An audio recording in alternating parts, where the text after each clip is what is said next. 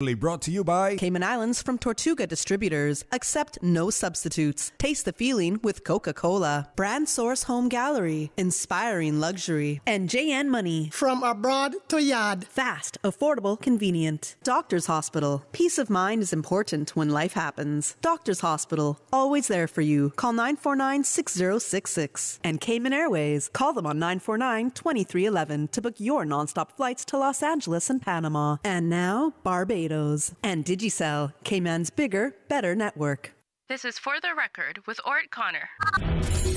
Coming to you live from Radio Cayman Studio. For the Record. For the Record. For the Record. Hear from your government officials, independents, and the opposition on issues that matter to you. For the Record. Engage in an open dialogue between residents and lawmakers. For the Record. For the Record. For the Record. Informative, impartial, insightful. This is your talk show. 1-800-534-8255. Your calls, your input. This is For the Record. And now, your host, Orrett Connor. Good morning, good morning, good morning, O land of soft, fresh breezes and verdant trees. So fair. Today is Friday, the 17th day of November 2023, right here in the beautiful Cayman Islands. We hope and we trust that everyone had a restful, peaceful, enjoyable evening. Those of you who are on the roads of the Cayman Islands, we urge you to please be extremely cautious. Ensure that you observe the rules of the road.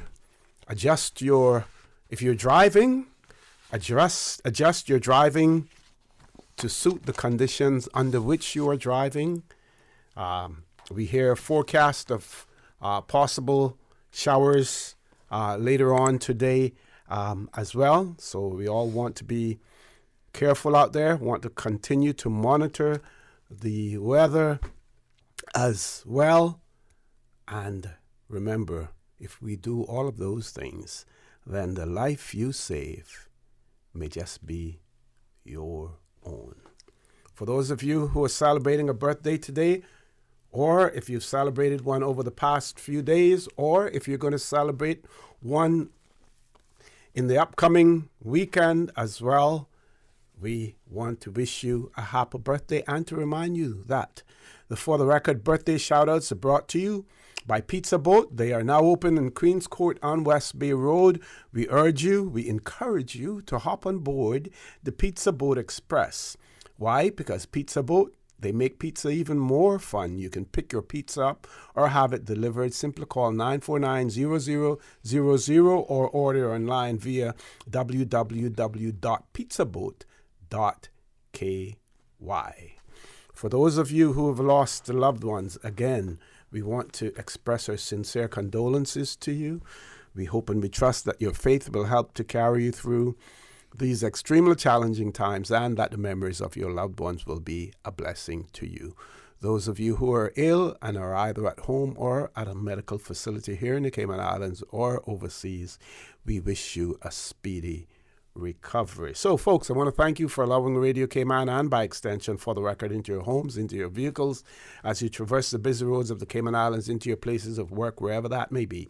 As you know, For the Record is a show produced by the staff and management of Radio Cayman, and it is geared towards keeping you abreast of issues as they arise and play out on the local, regional, and international scene. I'm your host, Orrett Connor, and you're welcome to join me every Monday, Wednesday, and Friday from 7:30 a.m. until 10 a.m. During that period, our phone lines are open. This morning, and of course, you know, we have been experiencing some technical difficulties with our phone. We encourage you to try this number. Sometimes it works, sometimes it doesn't. 949-8037. We also have 949-6990, or WhatsApp number 925-3261, and of course you can send us messages on our WhatsApp number as well. Of course, in the control room waiting to take those calls is none other than Silver Fox, Mr. Paul Akal as well. We have one guest in the studio, and if you're watching on YouTube, you can see the guest, but I'm not going to say anything yet because we're also expecting more guests in the studio. Meanwhile, we're going to look at the birthday shout-outs today, and we see that Orma Ebanks, sorry, got that all wrong. Start all over. Let me start all over with the birthday shout-outs. I want to get them right. So we have Delores Ebanks celebrating her birthday today. Betty Christian also celebrating her birthday today. I'm starting off on the wrong foot here, getting everything wrong. So Delores Ebanks, Betty Christian, and Miss Cheryl Miller celebrating her birthday today as well. So we want to say happy birthday to Miss Cheryl Miller, Betty Christian, and Delores Ebanks. Tomorrow, we have Ashley Whitaker celebrating her birthday, Mary Jane Scott celebrating a birthday as well. And then further down on Sunday, we have Jeremy Williams, Dorcas Scott on Monday, and Grayson Thompson on Monday as well. And then, of course, folks, we have a young lady who is celebrating her birthday today. She's celebrating her 12th birthday. And happy birthday greetings going out to her sweet little Jessie. And those birthday greetings are coming from your parents, Reese, Sasha, your brother, Cammy, your Nana, Sharon, and Papa, Kenneth. And Jesse, you also have another birthday shout out coming from happy birthday to my beautiful granddaughter, Jessie Ebanks, on her 12th birthday today. May God's richest blessings be with you in the year ahead, with love from your Nana, Sharon Ebanks as well. So, Jesse, you're getting the double shout outs as well. Paul, you sent me some more? Okay. So, I'm told I have some more here that we're going to look at. Yes. Happy birthday to Roy Connolly, also known as Petey, and Captain Chris McLaughlin, Liz Sharif, Floyd Groves, Ella Ebanks, and all of those birthday greetings are coming from Miss Jewel Ebanks in Northside. Of course, Miss Jewel knows everybody's birthdays as well. And then happy birthday also going out to Shawnee Ebanks, Dr. Steve Tomlinson. Those are belated birthday greetings going out to Shawnee Ebanks and Dr. Steve Tomlinson. Yeah, that's right, because I saw some shout-outs to him on other media platforms as well. And Jolene Nelson, happy birthday greetings going out to her as well. So we're going to take this quick commercial break. When we return, I'm going to introduce my guest in the studio and tell you who else will be accompanying or will be joining us during the course of the show this morning. Don't change that dial. Please stay tuned. Lots to talk about. And when you hear who my guests are, then you know then that there is a lot to talk about. So don't change that dial. Please stay tuned. For the record, we'll be back shortly. The Cayman Islands boasts of a long, colorful, and rich history. In tribute to our roots, Radio Cayman, the voice of the Cayman Islands, is pleased to bring you the historical vignette series, brought to you by Rotary Central. For more than 110 years, Rotary members have used their passion, energy, and intelligence to take action on sustainable projects. The Cayman Islands, He hath founded it upon the seas. Arthur Durward Bodden, Certificate of Honor, 1905 to 1991. Arthur Bodden was Cayman's first wireless operator and weather specialist. He learned Morse code and received his license in radio telegraphy in Alabama and gained experience as a ship's radio officer before taking up his post in Cayman. Mr. Arthur's dedication went far beyond the call of duty during hurricanes. He sometimes worked as many as 36 hours without a break. He also pioneered printing in the Cayman Islands, learned during his employment with the Mobile's press register. For 52 years, he printed the official stationery of the Cayman Islands government. He and his wife, the former Edith Alexandra Crichton, had 5 children. Radio Cayman's historical vignettes was brought to you by Rotary Central. For more than 110 years, Rotary members have used their passion, energy, and intelligence to take action on sustainable projects. Rotary Central Music Extravaganza tickets are red hot and moving. Somebody's going to win, and why not you? Get your tickets now through Rotary Central members, Rotary Central ticket sellers, online at eventpro.ky, A.L. Thompson's Home Depot, Funky Tangs on Shedden Road, Rotarian Annie Rose Scott next to Rubis in West End, Cayman Brack.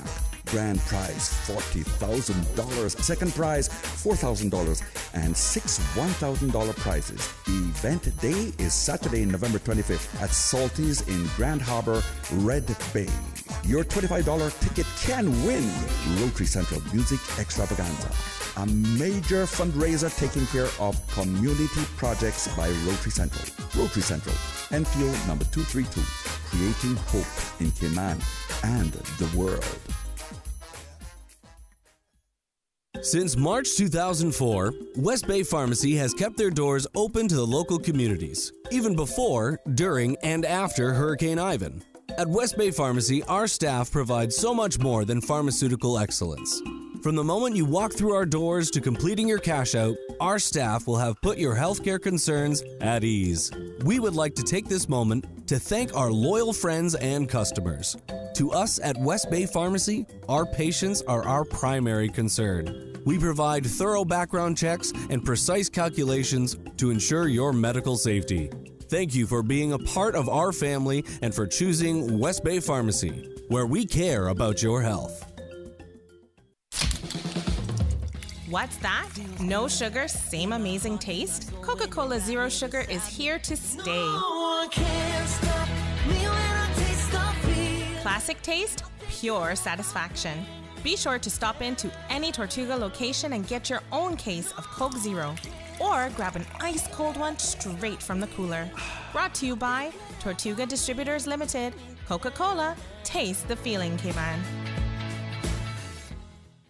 Jingle all the way into the season of incredible savings and wish granting with Digicel. This Christmas, get 25% off your Prime Bundle plan or postpaid bill for the next 6 months. With plans featuring social data, entertainment data, and more, Digicel keeps you connected and entertained all season long. But here's the real magic. Digicel could make your Christmas wish come true. Win a prize of your choice, from getting your rent paid to a new laptop or even a brand new car. Visit a Digicel store today, where dreams come true this holiday season. Brandsour's Home Gallery 54th birthday celebration with store-wide savings. Save on appliances, faucets, tubs, toilets, shower doors, vanities, kitchen cabinets, custom closets, and more. Starting Monday, November 6th, save 30%. Monday, November 13th, the savings will drop to 20%. And Monday, November 20th, they will drop to 10%. It pays to shop early and save more. Brandsour's Home Gallery 54th birthday celebration savings on now through November 25th. Dorsey Drive Industrial Park. Call 623-5000 for more details.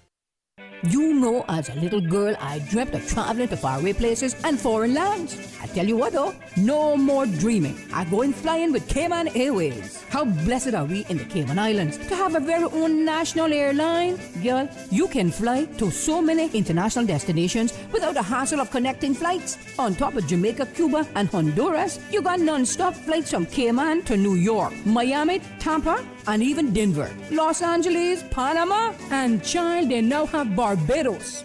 Going to be a little cafe con leche and Hollywood Squares for this old gal. Make your travel dreams come true with Cayman Airways, offering non-stop flights for non-stop adventures in Panama, LA, and many more places in between. For details and to book, call 949-2311, contact a travel agent, or visit CaymanAirways.com. I love Pizza Boat. It's yummy. It has my two favorite things combined, cheese and boats. Pizza Boat makes pizza way more fun. Hop on board the Pizza Boat Express. Kids, now Pizza Boat makes pizza even more fun. Lunch or dinner, let Pizza Boat bring the fun. Pizza Boat, a Cayman twist to pizza, bringing fusion ingredients from all over the globe to give you locally inspired fresh pizzas all day, every day. Pizza Boat, now open in Queens Court on West Bay Road. Pick up or delivery 949-0000 or order online www.pizzaboat.ky. System 1 loaded. 1-800-534-8255. What is on your mind when it comes to the government, independence, and the opposition? Issues that matter to you. 1-800-534-8255. Waiting to hear from you. For the record. This is For the Record with Orrett Connor. Good morning and welcome back to For the Record. Those of you who are watching on YouTube, you will see Minister Sabrina Turner sitting right next to me. We also will have Minister J. Ebanks in the studio with us. That will probably be after the 8 o'clock news because he is still stuck in traffic. Originally, this morning, we were scheduled to have Dr. McField on. I haven't heard from him yet. But if he's coming on, the intention is to have all three of you around the table at the same time. There's a lot to discuss. There's a lot that we need to put behind us because you want to look forward, not backwards. And I'll use this analogy. When I remember the days when we had sports and you were racing, you were running, and the coach would always tell you, in those days, the coaches that we had, they were also our teachers, and they would always tell you, do not look behind, just keep running. And the reason for that is when you start to look behind, you slow down because you get distracted and you slow down your pace. And when you're looking behind, that is when someone else is zooming by you. The same thing works in politics as well.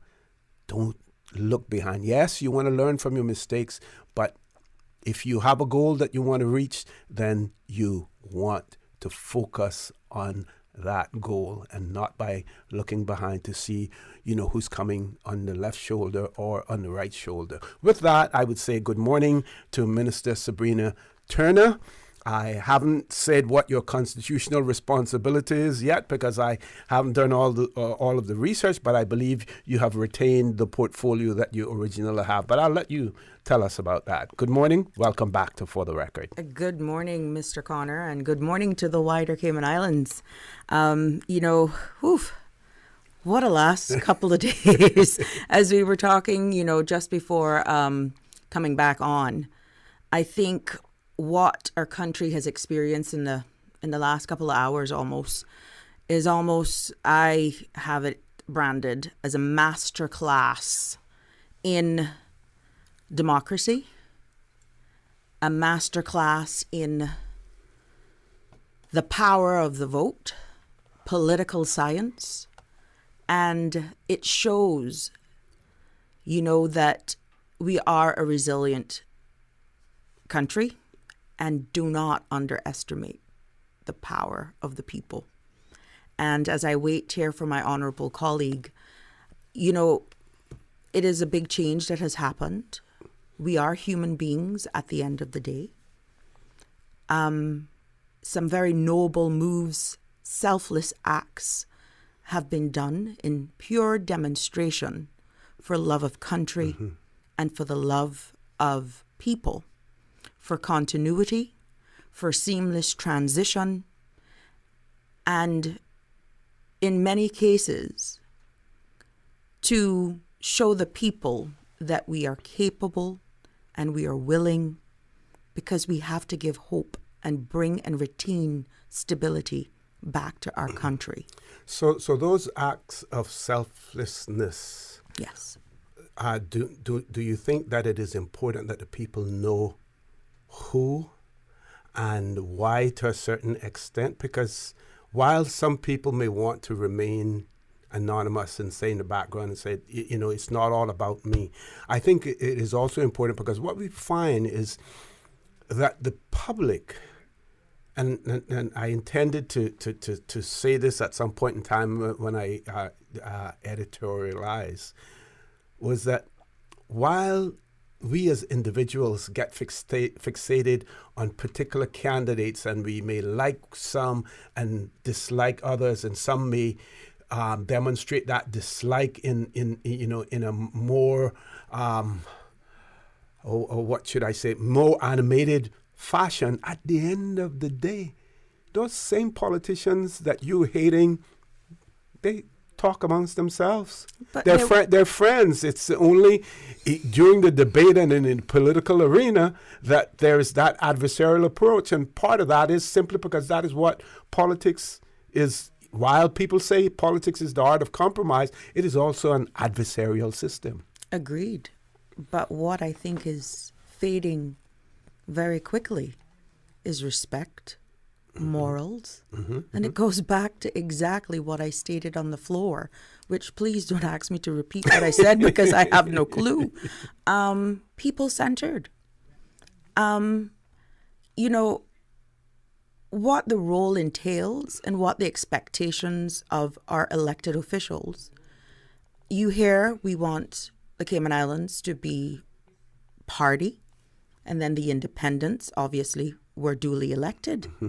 But then when that person goes behind that screen and they cast their vote, a lot of it is based on personality, who they think or who they believe they're voting for, the trust, the history, their lineage. A lot of that comes into play.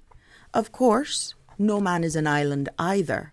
And after the campaign is over and you're duly elected, we are elected to serve the people of the Cayman Islands. And I think that is what is somewhat what our people are trying to say. And the understanding of how the process works, even after you're elected. You're hearing people, we want an early election. Do we and can we have a say in who will be a premier? What is the process? Some persons were not even aware that in order for the calling of an election, that has to be assented to by the governor. If all 19 elected officials can't come respectfully together and form a new administration for whatever reason, if the governor does not assent to that, that can't happen. Then you have people saying, well, what's the sense of me voting? So what I'm encouraged, and I'm always motivated and encouraged at the fact that there's always silver linings in every situation. We have gotten more persons that are more engaged, more interested in politics ever before with what has just transpired. And the real conversations, questions are being asked, and that is very promising for the future of our Cayman Islands. And it's that glimmer of hope that persons like me and collectively with my other colleagues are holding on as we embark on this new chapter. We have to honestly say publicly, thank you to the former premier. Yes, that's a good point for us to take our break to go to our 8 o'clock news.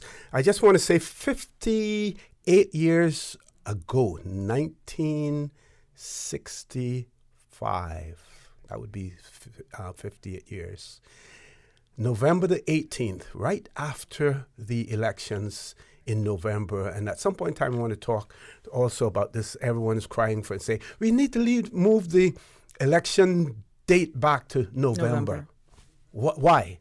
What does it accomplish? Tell us, what does it accomplish? If we had questions about budgets, we now have a 2-year budget cycle. That has all been resolved. So it is just a force of habit that people say, we want it back to November. Give us a cogent reason as to why it needs to go back to November. But on the 18th of November 1965, the headlines in the Tradewinds newspaper, decisive anti-self-government vote. Probably won't get a chance to talk about that today, but hopefully during the course of one of my shows, I will be able to share that with you. Folks, top of the hour, 8 o'clock news. Please stay tuned. When we return, we will have Dr. Steve McField in the studio, and hopefully by then, Minister J.E. Banks will be able to join Minister Sabrina Turner, who is in the studio. Please stay tuned. For the record, we'll be back immediately after the 8 o'clock news. Radio Cayman time check now, 8:01. This time check brought to you by our friends at Foster's. Get ready to savor the season this Thanksgiving with Foster's. Say goodbye to the stress of cooking and hello to a delicious holiday feast. Choose your main from 12-hour smoked pork, oven-roasted turkey, or maple glazed ham. Then mix and match your sides with options like scalloped potatoes, mac and cheese, steamed herb vegetables, and more. And don't forget the dessert. Choose from a selection of mouth-watering pies. All from just $94.99. Order online at Foster's.ky or in store. This Thanksgiving, savor the season with Foster's. The voice of the Cayman Islands. 89.9 FM in Grand Cayman and 93.9 FM in Cayman Brac and Little Cayman. Silver wings shining in the sunlight. Radio Cayman. The 8 a.m. news is brought to you by ValueMed Pharmacy. Save time and order your prescription refills online at value-medpharmacy.com. VALU-medpharmacy.com. For today's biggest news. Radio Cayman, the voice of the Cayman Islands.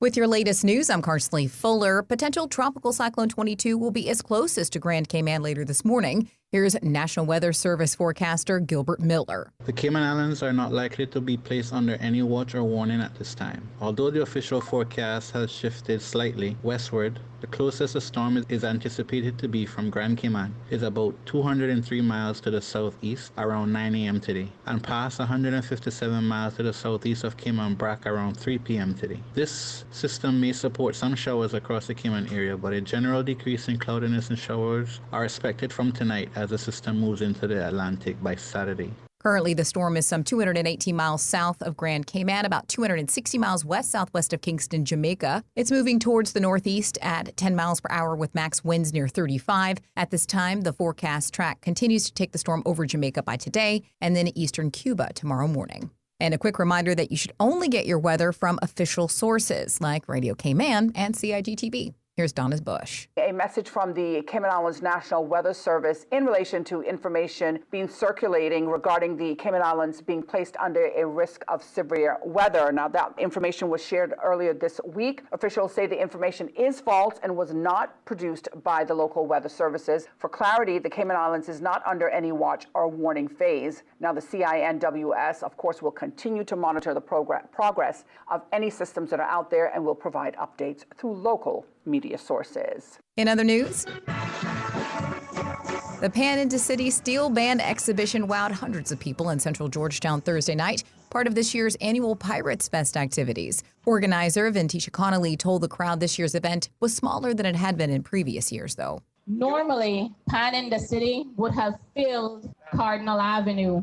There would have been at least 10 to 12 bands from different schools on the avenue, filling it with sound, and we wouldn't have been leaving here till about 11 o'clock tonight. That's how long they would have played. So as we rebuild, we're going to have more Pan on the avenue. We're going to have more Pan competition. We are going to rebuild back better than COVID took us down. The fun continues tonight at 7 p.m. with a District Heritage Costume Competition, a block party street dance along Cardinal Avenue, and a food festival on Albert Panton Street. Later this morning, you can catch a Pirates Wink green sea turtle release at 10 a.m. at Governor's Beach as well. For a full list of this year's activities, visit piratesfestcayman.com. Now with a check of international news, here's the BBC, which will take us out of the newscast. I'm Carsley Fuller. BBC News with Moira Alderson. Aid agencies say a lack of fuel is preventing them from delivering supplies into Gaza. The UN World Food Programme says the existing food systems are essentially collapsing. Israeli forces have killed 5 Palestinians they described as terrorists during a raid in Jenin in the West Bank. Several others were arrested. Zimbabwe has declared a state of emergency in the capital Harare because of a cholera outbreak that's killed more than 100 people. There are about 7,000 suspected cases. Russia says 2 ships have left its port with wheat intended for Somalia and Burkina Faso. They're believed to be the first ships to leave for African countries carrying wheat that Russia says it's providing for free. Villagers in southern Myanmar say 11 people, including 8 children, were killed when an Air Force jet dropped a bomb on a makeshift school. They said another bomb destroyed 2 churches. The Turkish President Recep Tayyip Erdogan is making a state visit to Germany, despite strains over the 2 countries' positions on the conflict in Gaza. Mr. Erdogan has refused to condemn Hamas, describing the group as liberators. Preliminary results from the election in Madagascar indicate that the incumbent president, Ange Rudzuel, has taken a commanding lead. The vote was marked by low turnout and an opposition boycott. Officials in northern India say they've ordered another heavy drill to help rescue 40 men trapped in a tunnel. Engineers are trying to drive a steel pipe through the debris for the men to squeeze through. One of Africa's most famous singers, Angelique Kidjo, will be performing at the Royal Albert Hall in London this evening to celebrate 40 years in the music industry. The 63-year-old will be joined by other artists, including the Senegalese superstar Youssou N'Dour. That's the latest world news from the BBC. The 8 a.m. news is brought to you by ValueMed Pharmacy. Save time and order your prescription refills online at value-medpharmacy.com. VALU-medpharmacy.com. Now, more than ever, supporting your immune system is crucial to helping your body fight off illnesses like the common cold, the flu, and COVID-19. At ValueMed Pharmacy on Walkers Road and in Buttontown, we carry all the essential vitamins and minerals to help support your immune system and improve your overall health. Some of our top immunity support picks are vitamin C, vitamin D, zinc, elderberry, and quercetin, or the popular 7-in-1 immunity support. Our pharmacists are always on hand to help guide you and answer any questions. Visit ValueMed Pharmacy on Walkers Road or Buttontown. Live happy, live healthy with ValueMed Pharmacy.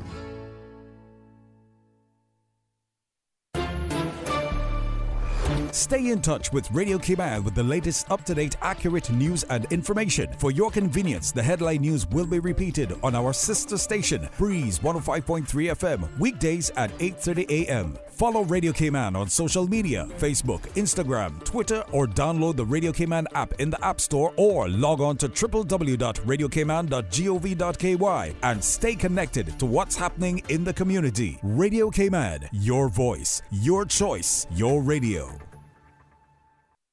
During or after a storm, do not take unnecessary risks like going back into a dangerous area to salvage material possessions or refusing to evacuate. Remember, things can be replaced. People cannot. Visit the Water Authority's website at www.waterauthority.ky for more hurricane survival tips. It's time for Vigoros' annual customer appreciation and seasonal celebration. Join Vigoro Sunday, November 19th from noon to 3:30 p.m. on Agricola Drive. Save 10% on early bird Christmas shopping with Vigoro's best selection of home accessories, stunning ceramics, furniture, and more. Everybody's welcome, with fun the whole family will enjoy. Don't miss Vigoro's customer appreciation and seasonal celebration. Visit us on Facebook and Instagram for details. The 8 a.m. weather report brought to you by CG Britcay, where people come first. All right, good morning, my friends. Let's take a look at your weather. Cloudiness and showers are expected to continue across the Cayman area for the next 24 hours in association with the interaction between an upper-level trough over the Yucatan Peninsula and a broad surface trough over the Western Caribbean. The National Hurricane Center has begun issuing advisories on potential tropical cyclone 22, which at 4 a.m. was located 218 miles south of Grand Cayman and about 260 miles west-southwest of Kingston, Jamaica. The storm is moving towards the northeast at 10 miles per hour with sustained maximum winds near 35 miles per hour. Of course, we'll continue to monitor the progress of that system. Our forecast calls for partly cloudy skies, cloudy spells, and a 40% chance of showers and possible thunder. Temperatures will rise to the upper 80s. Winds will be north to northwest at 10 to 15 knots. Seas will be moderate with wave heights of 3 to 5 feet.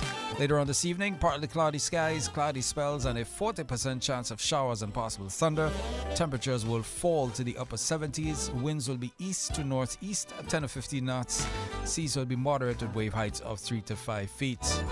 We're at a low tide. High tide will be at 1:02 this afternoon, and it'll be low again at 7:51 this evening. And the outlook is for a decrease in cloudiness and showers from tomorrow night as the system moves into the Atlantic by Saturday. And that, my friends, is your latest weather. Take some advice from your Aunt Angie. Don't lie on your resume. Because if you say you've got trapeze experience, someone might shoot you out of a cannon and expect you to do a gymnast routine while flying through the air at 82 miles an hour. And just because you want to land on your feet doesn't mean you will. But if you're smart, you'll have CG medical insurance, so you get the best coverage for the price. Get the best coverage for the price. CG Brit-K. Good like that. All benefits are subject to policy provisions, including eligibility at the time of service. The 8 a.m. Weather Report, brought to you by CG Brit-K, where people come first. During these unprecedented times, Radio Cayman, the voice of the Cayman Islands, is pleased to bring you the Cayman Strong series. The Cayman Strong series is brought to you by OnCourse Cayman. Visit oncourse.ky to view a full list of wellness services and their qualified team. OnCourse Cayman, health, wellness, and happiness.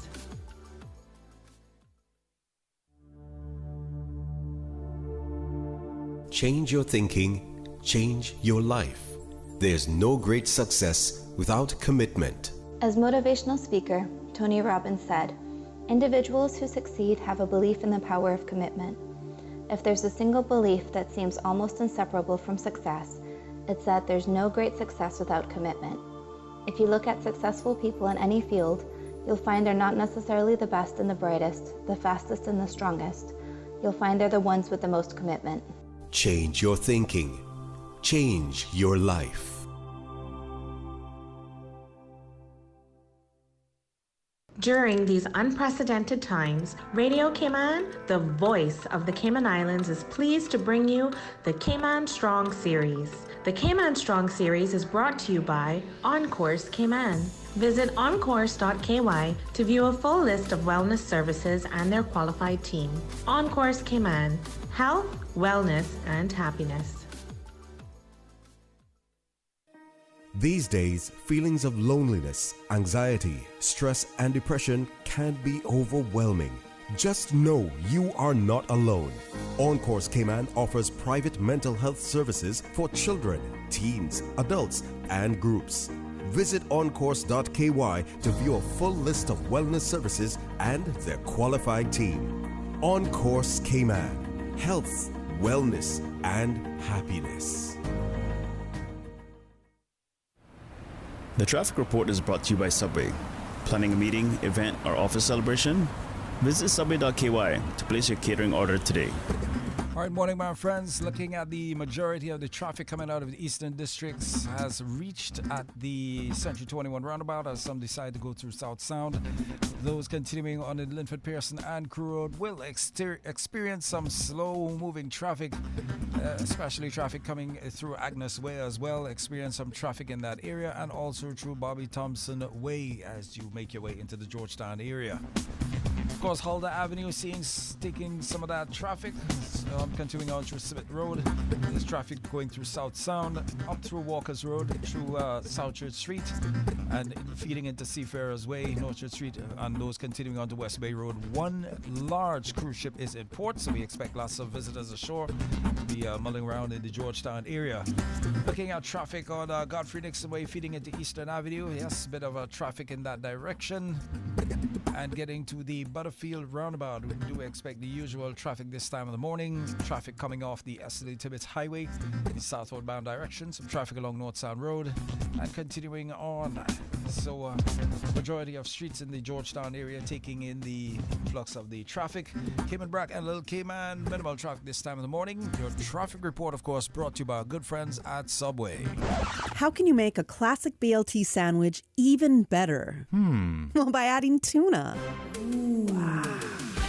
The land meets the sea in Subway's new sandwich, the Tuna BLT, available for a limited time. The Tuna BLT is exploding with flavor. Imagine crispy, juicy bacon strips on top of tuna, fresh lettuce, and slices of tomato, topped with your favorite sauce and choice of freshly baked bread. Enjoy the best of both worlds with the Tuna BLT from Subway.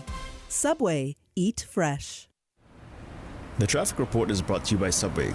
Planning a meeting, event, or office celebration? Visit subway.ky to place your catering order today. Cayman Islands, clear your calendars because something extraordinary is coming your way. Ignite the Fire, hosted by Christ for All Nations, is roaring into the Lions Center from November 29th to December 3rd. Join us for an epic worship and gospel event, a monumental move of God that will transform lives and reveal destinies. Don't miss this 5-night, once-in-a-generation experience. Be a part of history in the making. Ignite the Fire, Cayman. Mark your date, November 29th to December 3rd at 6:30 p.m. nightly, and get ready for an unforgettable spiritual journey that will set your heart ablaze. Cayman and you will never be the same again. Each one of us is different, and so are our health needs.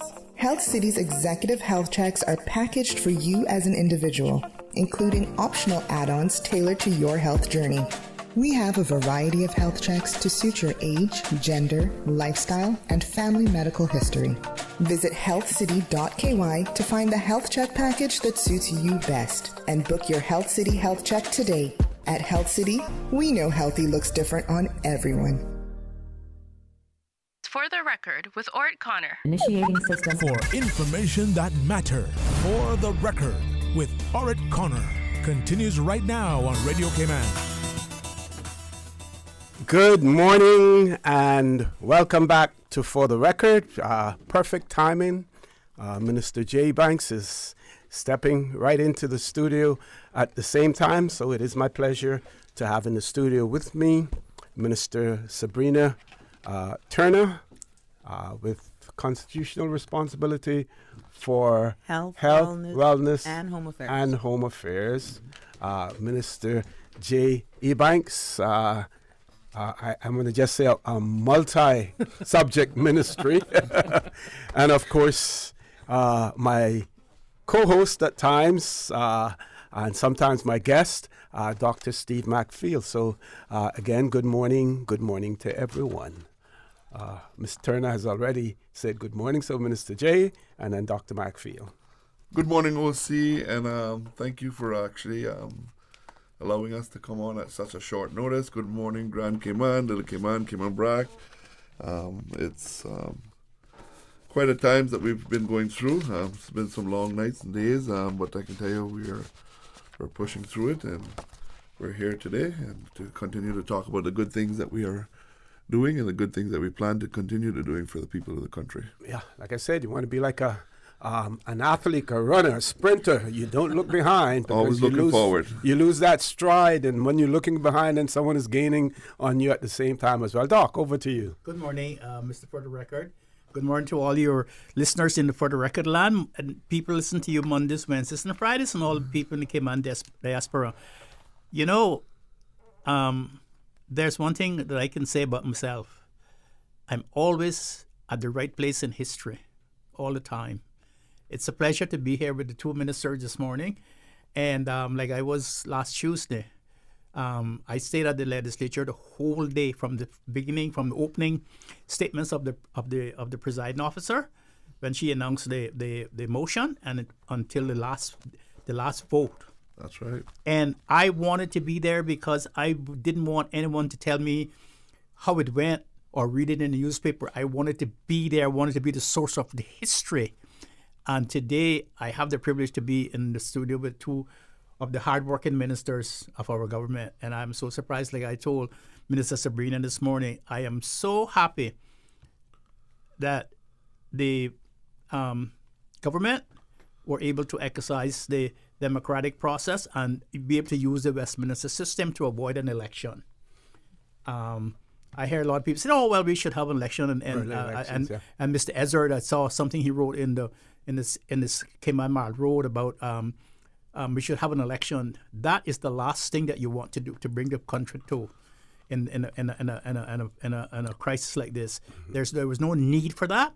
The government has the right to seek a majority, and that is the Westminster system. And I was so happy that they were, because like I told the CMR the other day, the first thing I learned when I have a degree in history and political science, so that's my first degree, not law, but other than law. And the first thing you learn when you go in political science, and the first classes you get, they emphasize that politics is the art of compromise. You don't know who you will be working with. You don't know. You don't shut doors and walk away. Don't burn bridges. Don't burn bridges. And like I say, this is why Pierre Trudeau was such a great prime minister in Canada. He never burnt doors. He left doors open, even for his enemies. And so I'm so happy that the members of government were able to do that. I went home that night hoping, I says to him, how long does it take? And I was looking at all of the vote of no confidence in UK and so forth. Theresa May, it took 3 days, and I think the other vote of no confidence that went down it took 7 days before the government. I was glad that you could find a government in 1 day. That is, you see, a lot of people don't understand how the system works. Because they do not like this one or do not like this one or whatever, that's not how the system works. You are working for the people. You are the ministers of the people, and you get your mandate from them, and you become ministers through the legislature. You owe an allegiance to them, and you get your mandate from the legislature. You have to command the confidence of the majority of the legislature. And I was so happy that you guys could do that so quickly, and to get the government to continue, because that's the most important thing, and I really congratulate you for that. And Minister Turner, I think you wanted to say something along those lines as well. Yes, sir. And thank you, Mr. Connor, again. It was more a gap filler, understanding that we were leading up to the 8 o'clock news and to allow my colleague to enter the room. But really what Mr. McField has said, alluded to, we just came together, put our personal feelings aside. We have matured in our roles in the short time that we have been here, but it seems like a lifetime with all of what we've experienced, and here we are today. We have proven by the last exercise that has been put before us our strength, our unity, but most importantly, we have listened to the people. You know, during the break, Mr. Connor, you stated that, this is what we call a reshuffle. Now we have to publicly, and I must publicly thank the Honourable Juliana O'Connor Conley, our Premier, our Deputy Premier, Mr. Andre Ebanks, and all of the other persons who join our cabinet, and rightfully so, the reshuffle. And retaining my 2 ministries is, I'm most happy for that, because it shows continuity, like my colleague here as well. But we have to look that during this process, a huge sacrifice was made just because of the system to keep our country going, to keep this government together, honoring the request of the people that they want to be led by a group of independents. And you look at the move that the Honourable Speaker, Miss Cathy Ann Ebanks Wilkes, made in stepping aside as she had built those relationships. I mean, when you look at even the website that was launched under her short tenure that went public, I think yesterday, if not day before yesterday, those are true relationships that were built, autonomizing what we knew as the Legislative Assembly, what we are as a parliament, and for a first-time elected female being the Speaker of the House in her term, it came with its own challenges, its own tasks. And then having, just when you're getting into that position, making friendships and relationships around the world, pretty much. And you step down for the sake of keeping us together. That goes without speaking. And this is removing personalities out of it. We're talking about the roles.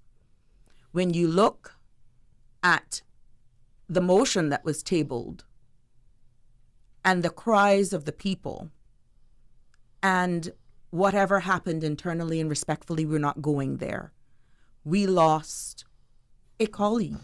We've lost a friend. We've lost a respectable Caymanian in our cabinet, that no matter what our indifference were in our elected roles, that man is a noble man. He's a respectable man.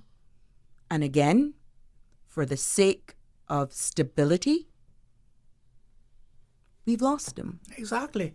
It is what it is. That's how it works. We are all Caymanians here, but at the end of the day, we are all here to carry out the will of the people, to show the world how resilient we are. And it's time to get to work. Some of the key priorities now that we have to embark on, we met yesterday, the Honourable Premier, Ms. Juliana O'Connor-Conley, she called a meeting. We met the senior staff of the civil service, that's all the chief officers. We also got a presentation, an update from our finance team, because we understand what is really the ticking clock here is for us to get a balanced, people-centered, realistic, and a sustainable budget. Understanding what we inherited as a newly elected government. Here we are going into another 2 years. That 2-year budget is going to be something that will be debated quite fairly, even by members of the opposition. Because if the people vote that they don't want this elected arm again, a portion of what we are actually debating on in the upcoming budget will be the remainder of monies that whoever the new elected government will be will have to work with until January the 1st of 2026. So there's a lot at stake here, and we have to bring hope to our people. We have to demonstrate stability of our country from the international stage, from the domestic stage, but our people cannot be in a position where they feel that there's no hope, there's no future. What are we doing to deal with the lowering the cost of living? Having the real talks of what our quality of life is. Being a centered jurisdiction where it's inclusive of everyone and no one is left behind. And that can only be done and successfully achieved if we show collaboration, respectfully, and morals from the highest position of our country. And that begins in our cabinet. And no matter what, we're going to fight to keep it together. Okay. We're going to go to a commercial break, but just I'm going to say this before we go to the break, and then when we come back, we could pick up on it.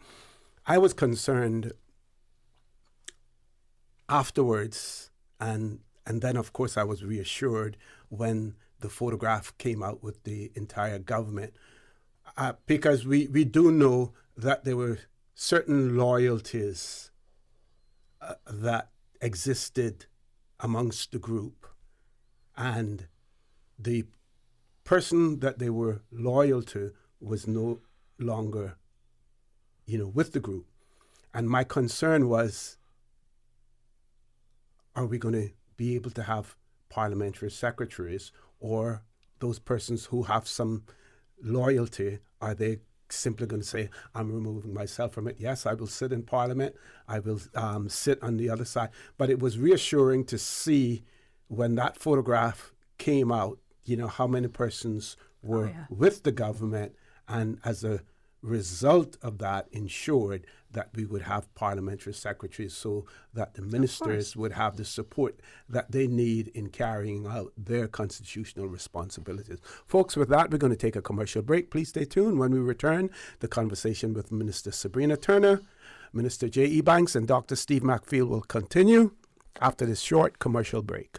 West Bay Pharmacy. Personalized medicine, customized care to meet your specific needs. Your body is unique to you. Your medicine should be too. Whether you're seeking individual-specific medication, correct size dosages, or simply better tasting medicine, ask your pharmacist or healthcare provider about how compounding at West Bay Pharmacy can increase your treatment options, not only for your family, but for your pets too.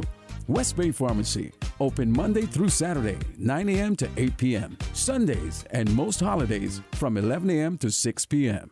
'Twas the days before Christmas in Digicel stores near and far. Stockings were hung with the best tweenie deals by far. A 27-day bundle, it was quite an appeal. With 2 gigabytes any use data, it made Roblox so real. YouTube and Disney Plus, oh what a delight. Boys and girls were entertained from morning till night. Endless messaging, a connection so dear. Staying in touch with parents, oh what a cheer. Visit a Digicel store today, where dreams come true this holiday season. You know, as a little girl, I dreamt of traveling to faraway places and foreign lands. I tell you what though, no more dreaming. I'm going flying with Cayman Airways. How blessed are we in the Cayman Islands to have a very own national airline? Girl, you can fly to so many international destinations without the hassle of connecting flights. On top of Jamaica, Cuba, and Honduras, you got non-stop flights from Cayman to New York, Miami, Tampa, and even Denver, Los Angeles, Panama, and child, they now have Barbados.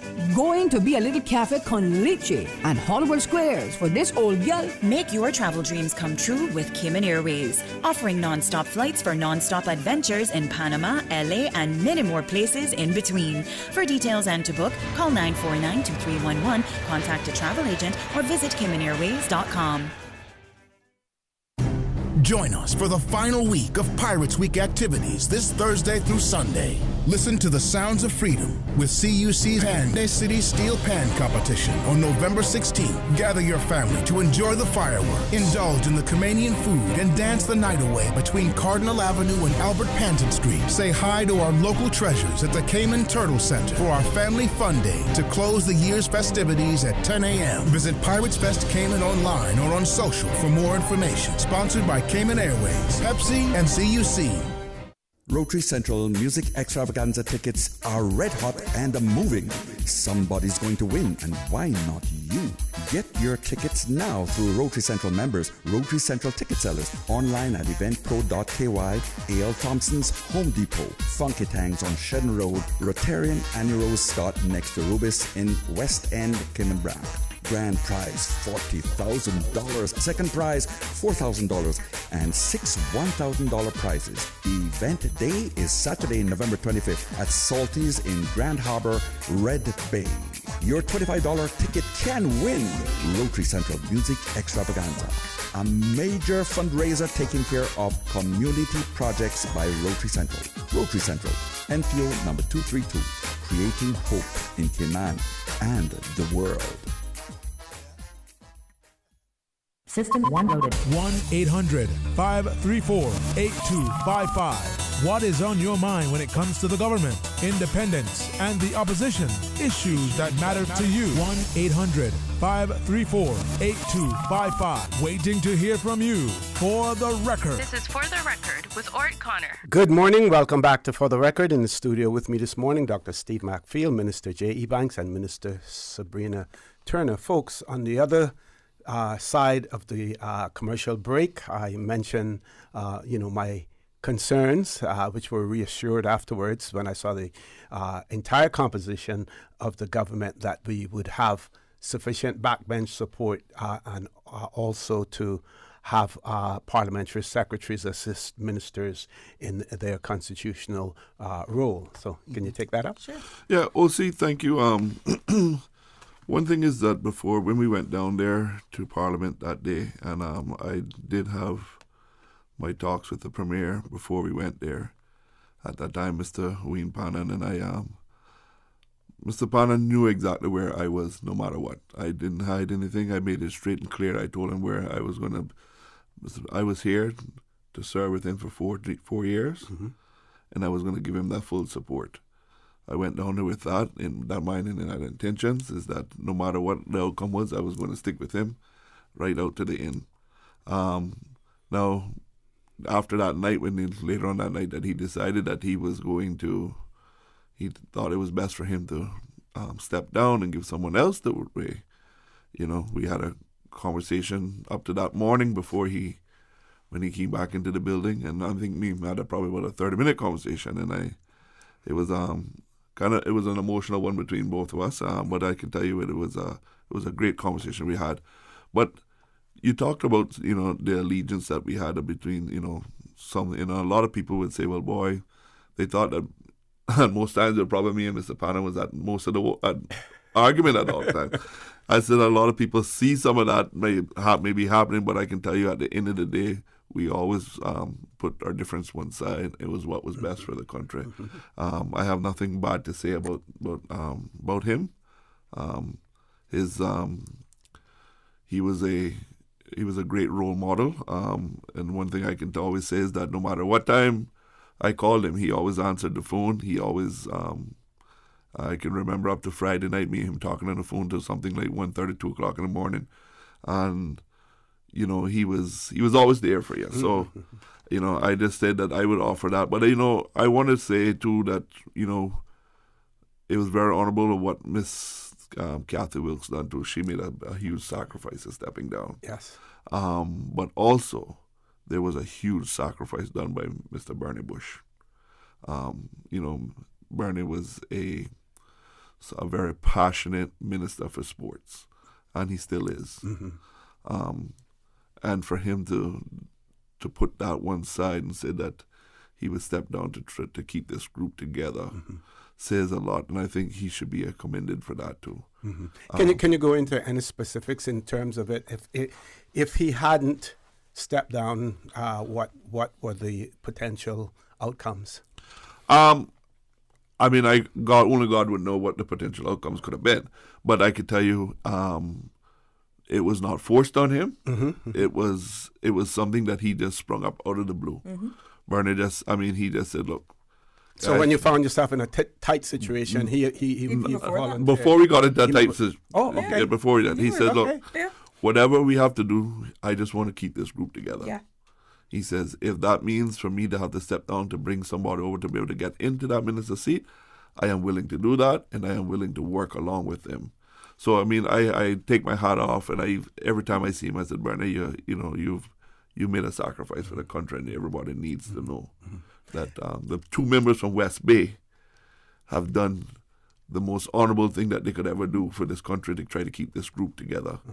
And that was in pursuance of your electoral promise to the people that they would have a government of independence. Yes. Well, when you look at now the current cabinet, with that bold and selfless step down of Mr. Bernie Bush, the entire island now has a cabinet minister from each district. That's correct. Okay. That's what that allowed us to do.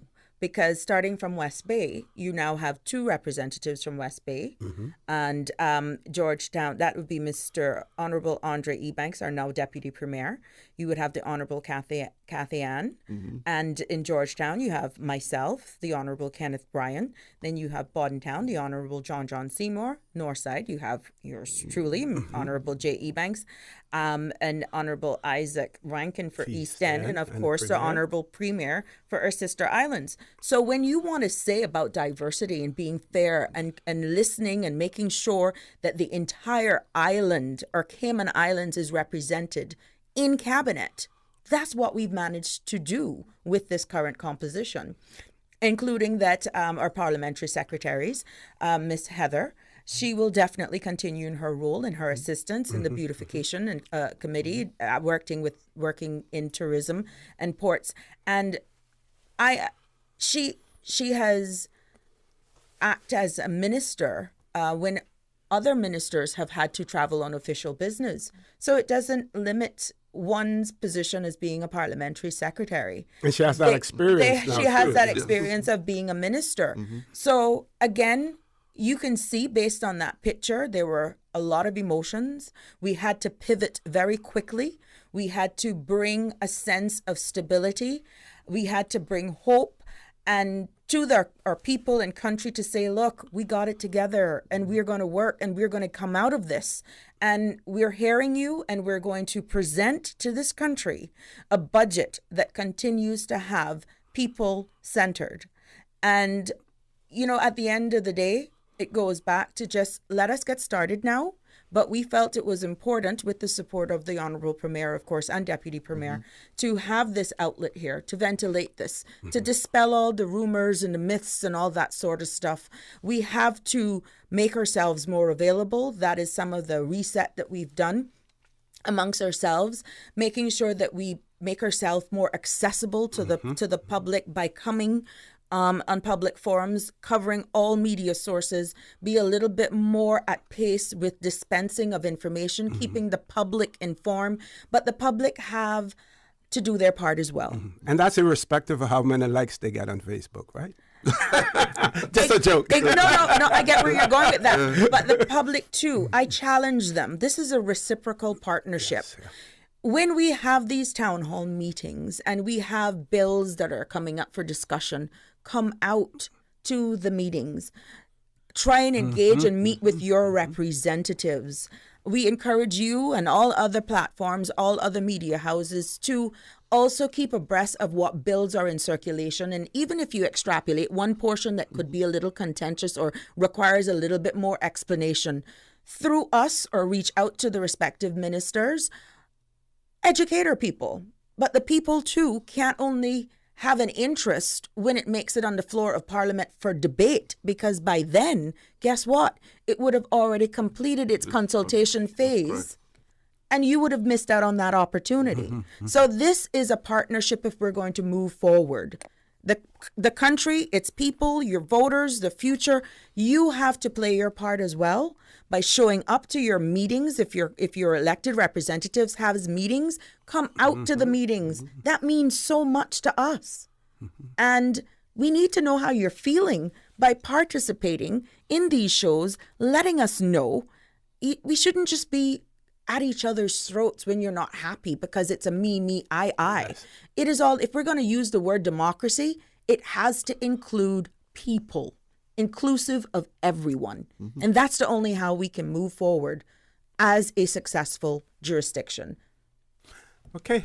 You mentioned, what I'm going to do it this way. I want to give Dr. McField, I don't know if Doc has a question that he want to ask. But I'm playing with your clock. I don't want to get started. You mentioned the budget as well, and yes. we want to come to that. Exactly. We have not mentioned anything about the new speaker yet, and if you want to talk about that, we can. We know that that's a decision in part that has to be made by the Parliament, but at the same time, the government does have the majority in Parliament and will be able to direct to let that go in the direction that you want it to go with the numbers that you have, as long as everyone is collective on that as well. But Doc, did you have any question that you wanted to raise? No, I just was I just want to ask the honorable ministers that the former presiding officer was very astute and was trying to bring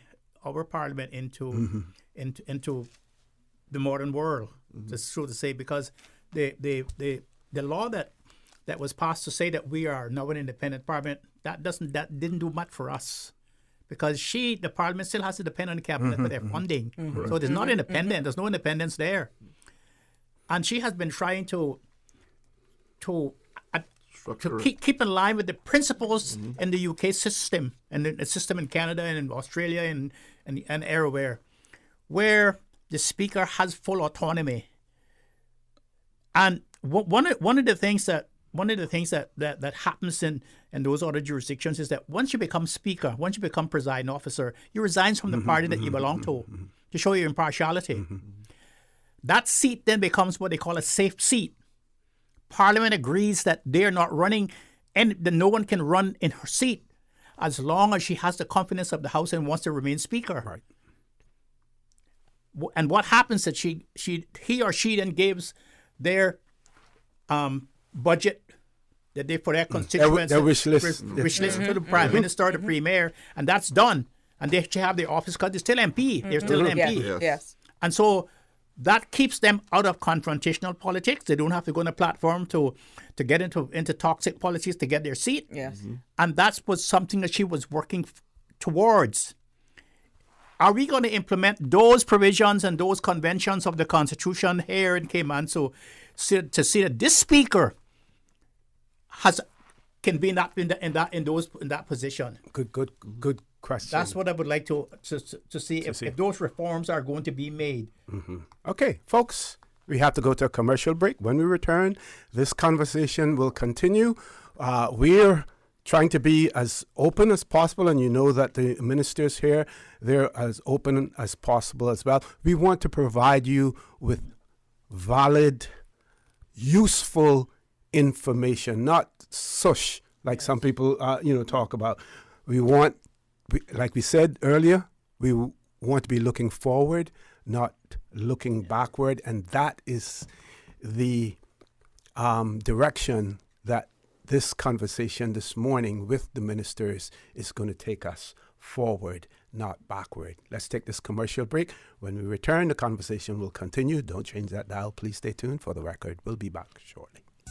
At Doctor's Hospital, we know life happens, and usually when you least expect it. So when unexpected medical issues arise, you need quality care close to home. Located in the heart of Georgetown, our accomplished team of physicians and medical staff treat minor urgent conditions such as migraines, chest and abdominal pain, shortness of breath, burns, broken bones, open wounds, and more. 24 hours, 7 days a week with no appointment necessary. Peace of mind is important when life happens. At Doctor's Hospital, we're always here just for you. Need to speak to someone? Call 949-6066.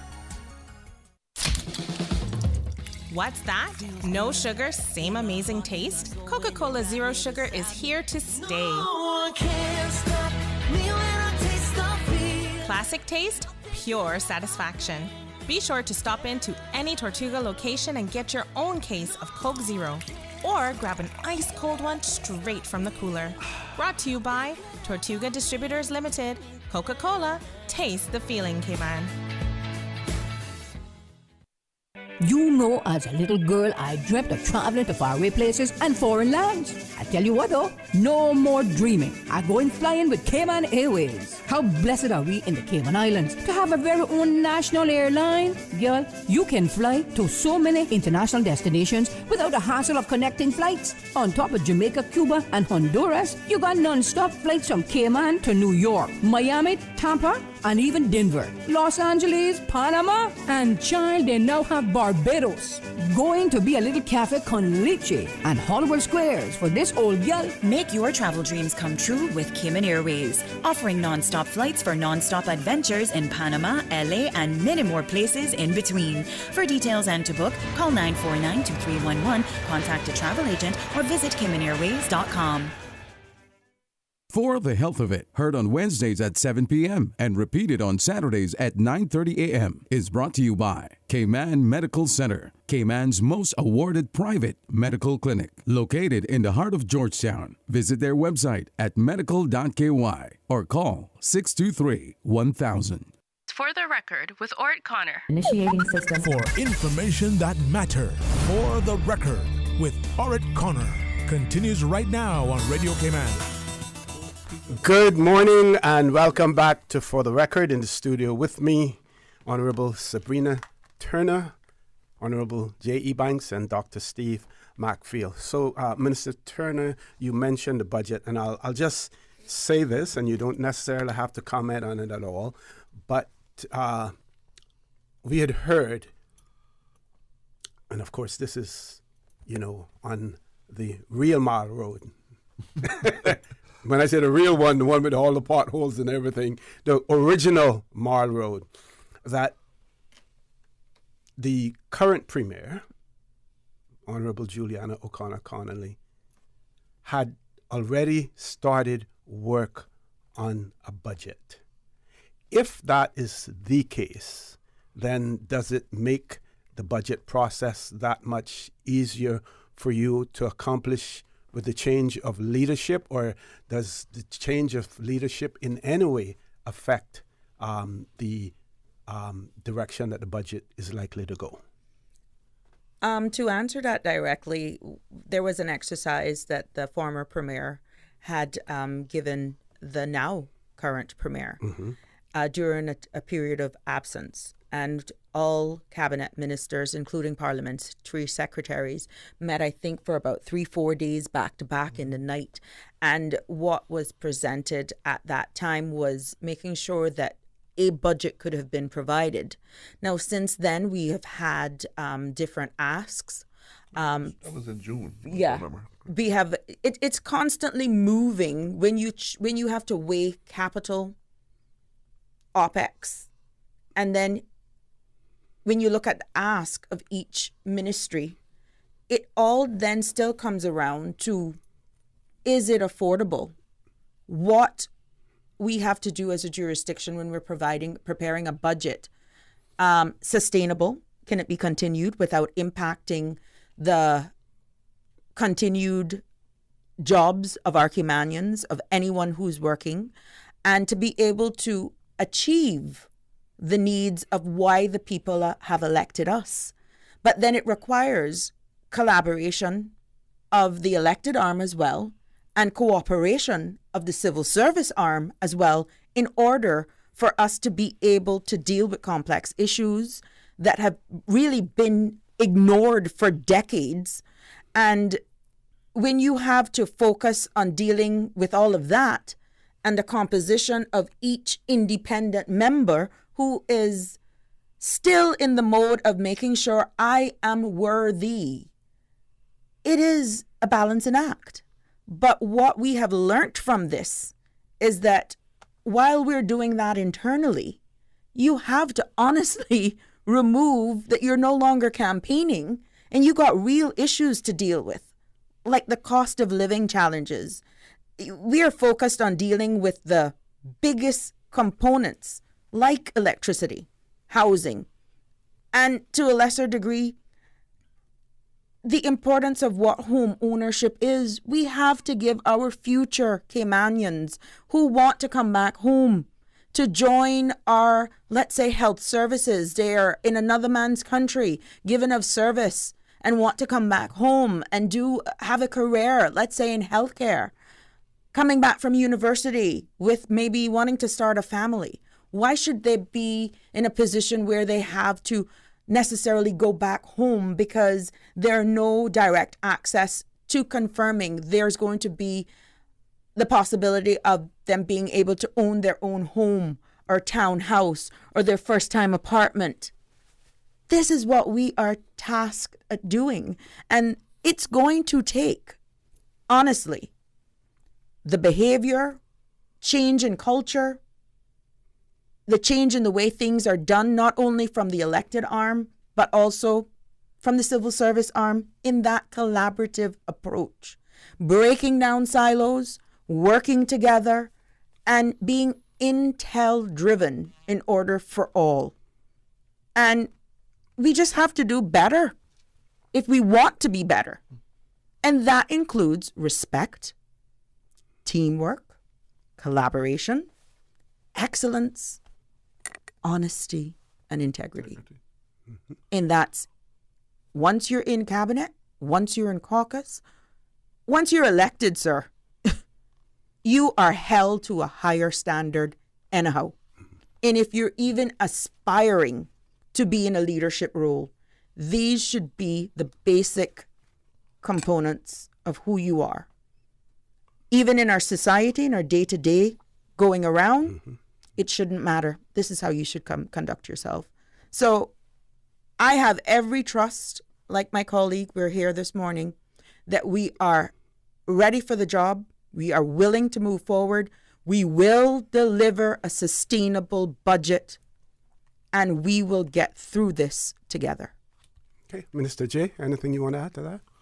Well, see, I came here just to support her, right? And I can tell you, she has had the mic so hot, man, that she's been hitting all of the topics. But yeah, she's absolutely right. And OC, and as you mentioned before, this is not a time to look back and not a time to say, should have did this or should have did that. We're focused to continue moving forward.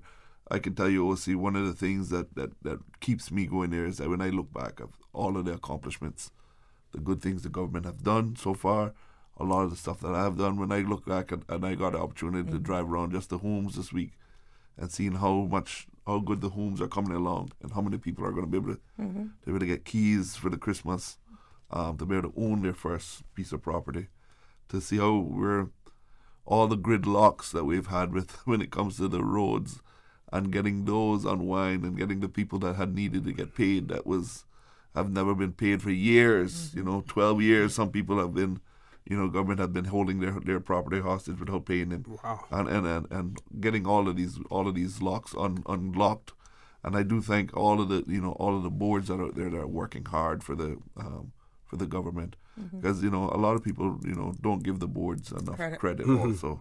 They do get they do get painted and get bashed on very hard sometimes. Now speaking of boards, if I may interrupt you there just before we go to the commercial break, there are some boards that have not been reactivated either with the membership, the current member, the former membership, or with new membership that are extremely crucial. And I can guarantee you some that of all of them are going to be they're going to be September, October, getting ready to should be coming back to caucus and cabinet next week here to get them back on. I know exactly the boards that you're talking about, and that was a transition from from one minister to the other, but now we got another transition from one other minister too.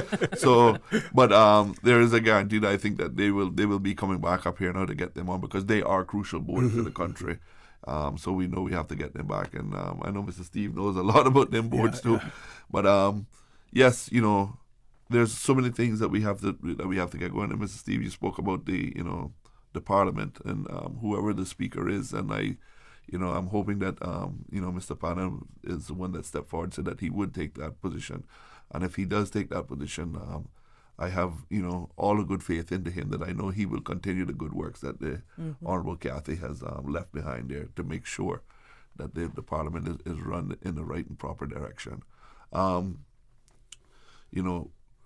There's so much more things there's so much more bills that we have to bring down to the House, legislation that one of the big one that I am looking forward to bringing next year is to a lot of changes to their off-reg that we're looking to do.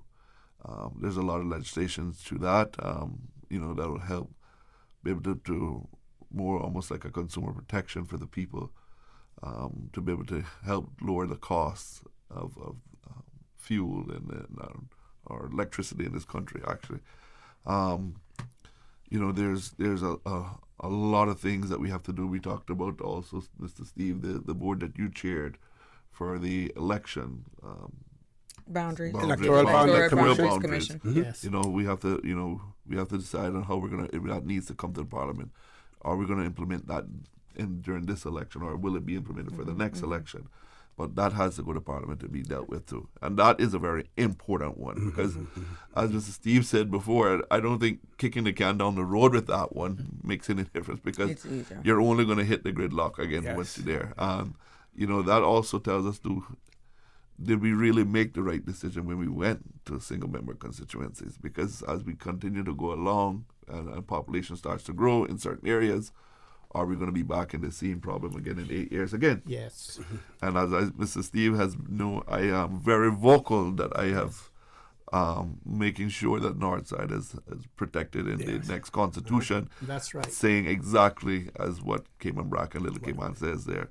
Northside and Easton is something I've been vocal at the very first time that I met Mr. Steve about that, and I've been vocal on that in every meeting I went to about that Northside and Easton will be protected with the same protection as Little Cayman and Cayman Brack.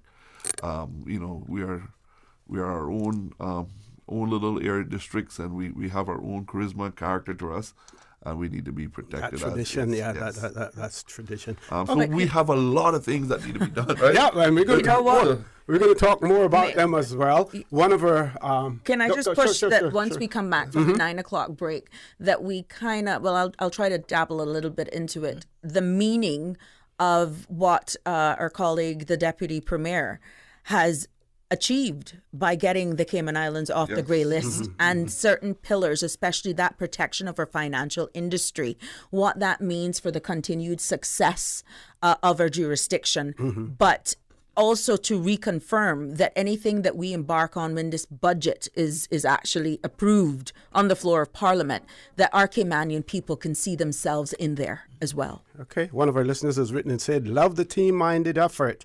Let's get the public transportation system done now so that we don't need to use up all our land for roads. With that, folks, we're going to go to headline news. When we return, the conversation will continue. Please stay tuned. Continuing the Caymanian tradition. Let Cora keep my ground so clean. The heart and soul of the Cayman people. Thank you for keeping the culture alive. There's wisdom news every day. From East End to Georgetown, down into West Bay. Radio Cayman in the Cayman Islands. Today's biggest news. Radio Cayman. Your voice, your choice.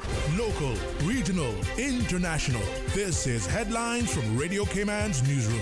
Today's biggest news. The headline news is brought to you by Health Services Authority and the Ministry of Tourism and Transport. Young Caymanian Lily Ann Alaria, who attended the UCOTA Youth Summit on Thursday, is representing Cayman again today at the United Kingdom Youth Parliament. Joining other ambassadors representing overseas territories, Youth Parliament delegates will be delving into topics such as holiday hunger, quality of food, and financing and funding. Israel says troops have found the body of a second woman held hostage by Hamas during a search close to the Al-Shifa hospital in Gaza. A 19-year-old soldier was one of the 240 people kidnapped by Hamas gunmen during the October 17th atrocities, which killed 1,200 people. Israeli forces raided Al-Shifa hospital earlier this week, believing it to contain a Hamas command center, something Hamas has denied. Meanwhile, the United Nations says a lack of fuel means that it can no longer bring aid into Gaza from today. People are facing the, quote, immediate possibility of starvation with winter fast approaching. Israel's leader has admitted Israeli forces have not been, quote, successful in minimizing civilian casualties in Gaza, but blamed Hamas. More than 11,500 people have been killed in the territory since Israel began its retaliatory strikes, according to the Hamas-run health ministry. Those are your headlines. I'm Karsley Fuller. Today's biggest news. Radio Cayman. Your voice, your choice. Local, regional, international. This is headlines from Radio Cayman's newsroom. Today's biggest news. The headline news is brought to you by Health Services Authority and the Ministry of Tourism and Transport. It's one of the best moments of your life when you welcome your baby into the world. The HSA's experienced women's health and maternity team provides the highest quality of care throughout your pregnancy and delivery. As a JCI accredited hospital, we are the leader in maternal care, safely delivering over 700 babies annually. Visit hsa.ky for more information. At HSA, we are committed to caring for you. For the record, with Orrett Connor. Initiating system. For information that matter. For the record, with Orrett Connor. Continues right now on Radio Cayman. Good morning. Welcome back to For the Record. In the studio with me, Dr. Steve McField, Minister J.E. Banks, and Minister Sabrina Turner. And I read you the last comment about getting our public transportation so that we can use that road, that land for farming instead. Also, I can say that we are taking transport, moving it forward.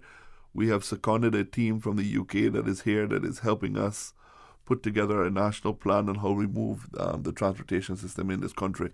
And I must tell you, that team has been working very excellent and hard-working along with the Deputy Chief Officer there. So we should really have some tangible stuff on how do we tackle our transportation system in I would say, in the first quarter of next year. so that we can go out to the people and let them know exactly what we plan to do. We have put money in this year's budget to be able to help with transport. That has been one of the biggest things. Transport has always just been left alone, pushed one side. No one has ever done anything with it. Nobody's and as I always say, it takes cash to care. So, nobody's actually really funded it to be able to do anything really with it. But we have actually put some funding in this year to be able to move forward on how we deal with it. One of the large things that I can just tell you off with transport, what we talked about is actually creating an app system for it, where you can have on your phone all the time, live time feed to know where all the buses are, be able to track them, looking at the new some new bus shelters that are actually solar powered, but they also have LED screens in them, and you can actually be able to put live time feed into them, so you know exactly what time the bus routes are going to be there. But the good thing about the app that we want to look at is that just about everybody has a smartphone nowadays, right? And instead of if you're sitting and waiting for a bus, you can actually see. You don't have to be standing up by the road all night knowing that a bus isn't coming this direction or what time it's going to come. You'll be able to see what time that bus is actually going to be to you, and be able to watch it on a live time feed then for it. So there's just a few hints of that. Now, if it's publicly operated, do you believe that there's likely to be a need for subsidies for bus drivers if it's going to be run, privately as opposed to government running it? There are going to be definitely a need for that somewhere, and especially the buses that run to the eastern side of the island. We found that the buses that really run the central Georgetown, the West Bay routes, they are happy with what they are making. It is the ones that are running all the way to Queens Highway and all the way to Rum Point that are saying that the route isn't profitable. Mm-hmm. So what we were looking at is having a small hub actually in the Savannah area, whereas we could always have maybe 2 or 3 buses that actually dealt with the eastern side. The objection of the whole thing is to make sure that nobody have to wait on a bus no longer than 15 minutes. How do you know a bus is going to be passing you every 15 minutes? So we wanted to be able to break it up where we had these smaller buses that would run the eastern district. Drop-off point would have been Savannah, and then the bus then from town in those areas could actually pick up from there to move forward. That way, that bus just drops off and circles right back. Yes. It's a loop for them to get back in there. But also it gives them opportunity to because another thing is we find is that some of the long roads like Beach Bay, northward, buses are just dropping people off on the edge of the road. And sometimes people got a lot of bags and they got to walk, a mile, 2 miles inwards with that. So how do we get the buses to actually run into those areas too, but not create a rat race anymore for it, right? So yes, some of that area would have to be subsidized a little bit to be able to slow down that some of the bus habits that they have now that we see going on, but also to make sure that we're making we're delivering to the people and making sure that they're getting there in a timely manner, but also in a safe way at the same time. Okay. Now, Minister Turner, we know that both of you have retained your portfolios. I want you to talk more about, your responsibilities, some of the projects under you. But meanwhile, we do have a caller on the line, so we're going to grab that caller. Caller, good morning. Welcome to For the Record. Good morning, caller. Welcome to For the Record. Good morning. Good morning. Good morning. Good morning. Can I speak to Mr. J. Hiba? He's hearing you. Go right ahead, ma'am. Okay, sir. Good morning to the old panel. I'm calling on behalf of someone. Mr. J. Hiba, this is for you, sir. Yes. The lady building house on her land. The house through housing. The house is finished 4 months ago.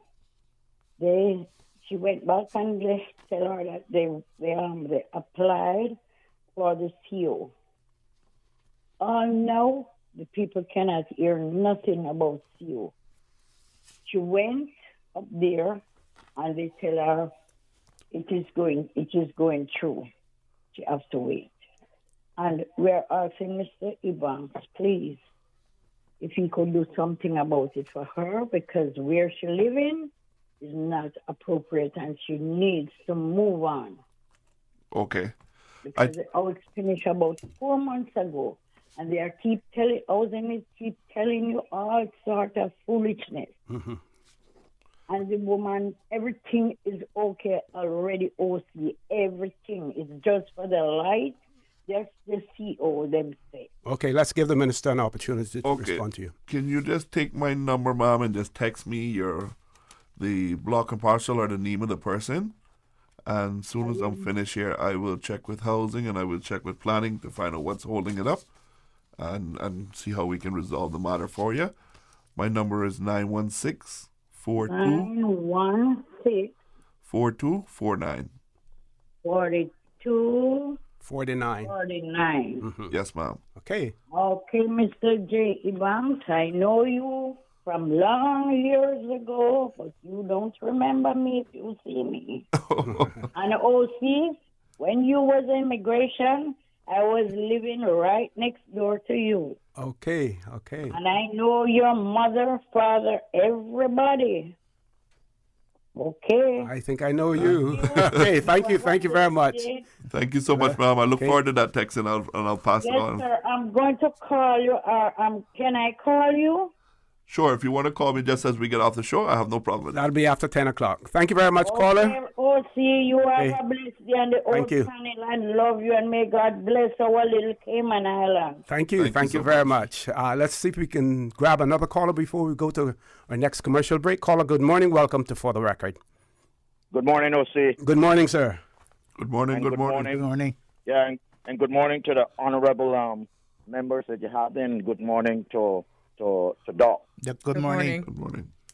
I would like to congratulate the members there on their last achievement there. I'm glad to see that somebody in the group knows about politics. Politics, if a lot of people don't know, is supposed to be an art of compromising.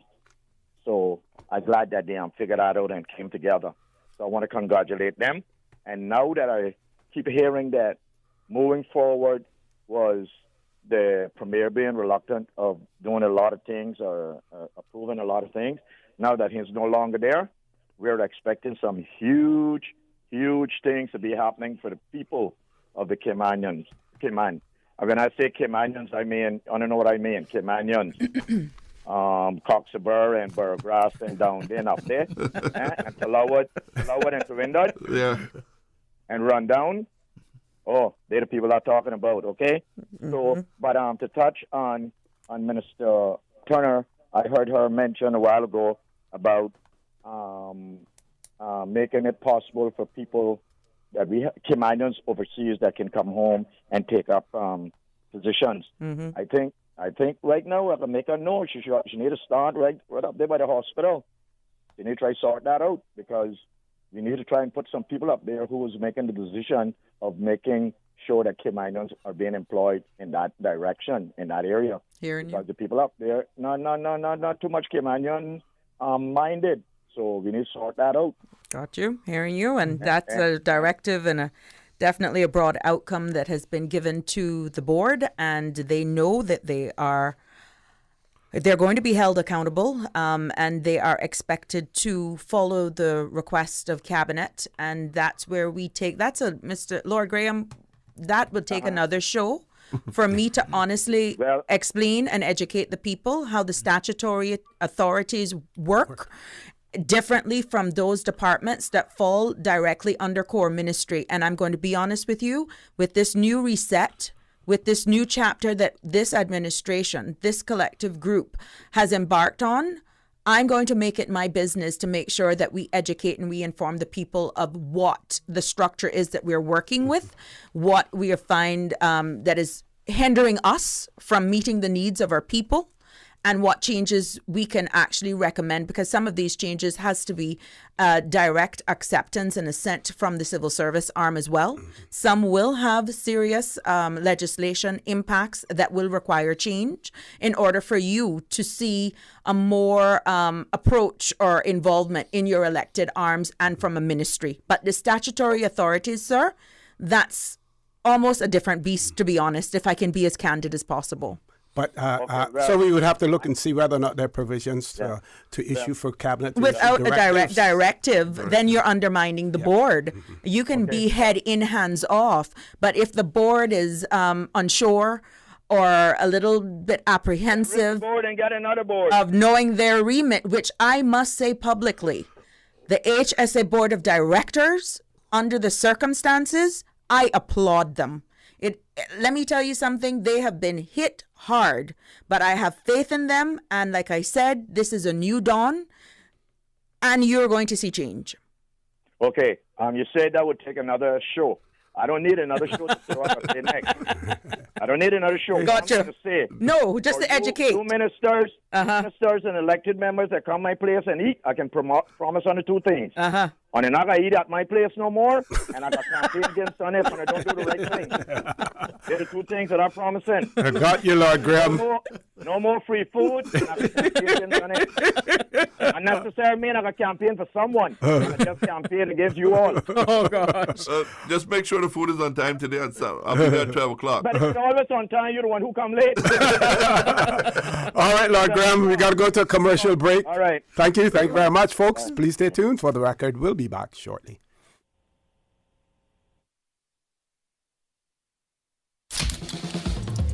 What's that? No sugar, same amazing taste? Coca-Cola Zero Sugar is here to stay. Classic taste, pure satisfaction. Be sure to stop into any Tortuga location and get your own case of Coke Zero. Or grab an ice cold one straight from the cooler. Brought to you by Tortuga Distributors Limited. Coca-Cola, taste the feeling, Cayman.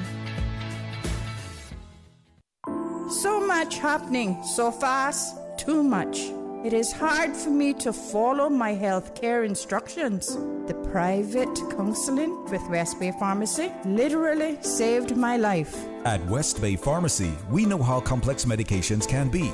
Our pharmacists are delighted to offer you personalized one-on-one healthcare counseling, free medication review, therapeutic callbacks, and we will liaise with your physician to ensure you receive the best in quality medical care. Quality of life has a whole new meaning with the right pharmacy to support you. Thank you, West Bay Pharmacy. West Bay Pharmacy in Centennial Towers. Convenient quality care is just around the corner. Now you can WhatsApp your West Bay Pharmacy prescriptions to 516-0777. Brand Source Home Gallery 54th birthday celebration with store-wide savings. Save on appliances, faucets, tubs, toilets, shower doors, vanities, kitchen cabinets, custom closets, and more. Starting Monday, November 6th, save 30%. Monday, November 13th, the savings will drop to 20%. And Monday, November 20th, they will drop to 10%. It pays to shop early and save more. Brand Source Home Gallery 54th birthday celebration savings on now through November 25th. Dorsey Drive Industrial Park. Call 623-5000 for more details. For the record, with Orrett Connor. Initiating system. For information that matter. For the record, with Orrett Connor. Continues right now on Radio Cayman. Good morning. Welcome back to For the Record. In the studio with me, Minister Sabrina Turner, Minister J.E. Banks, and Dr. Steve McField.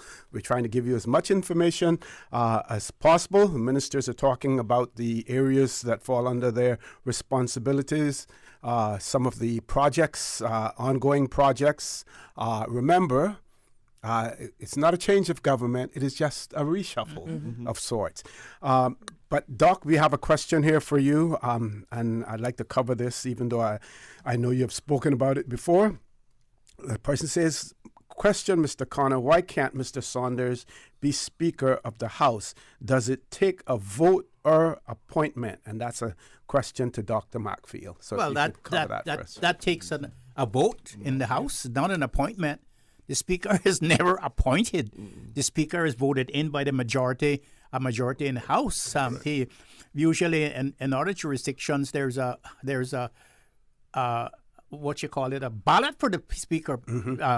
people put in their requests to nominate them for speaker, to be speaker.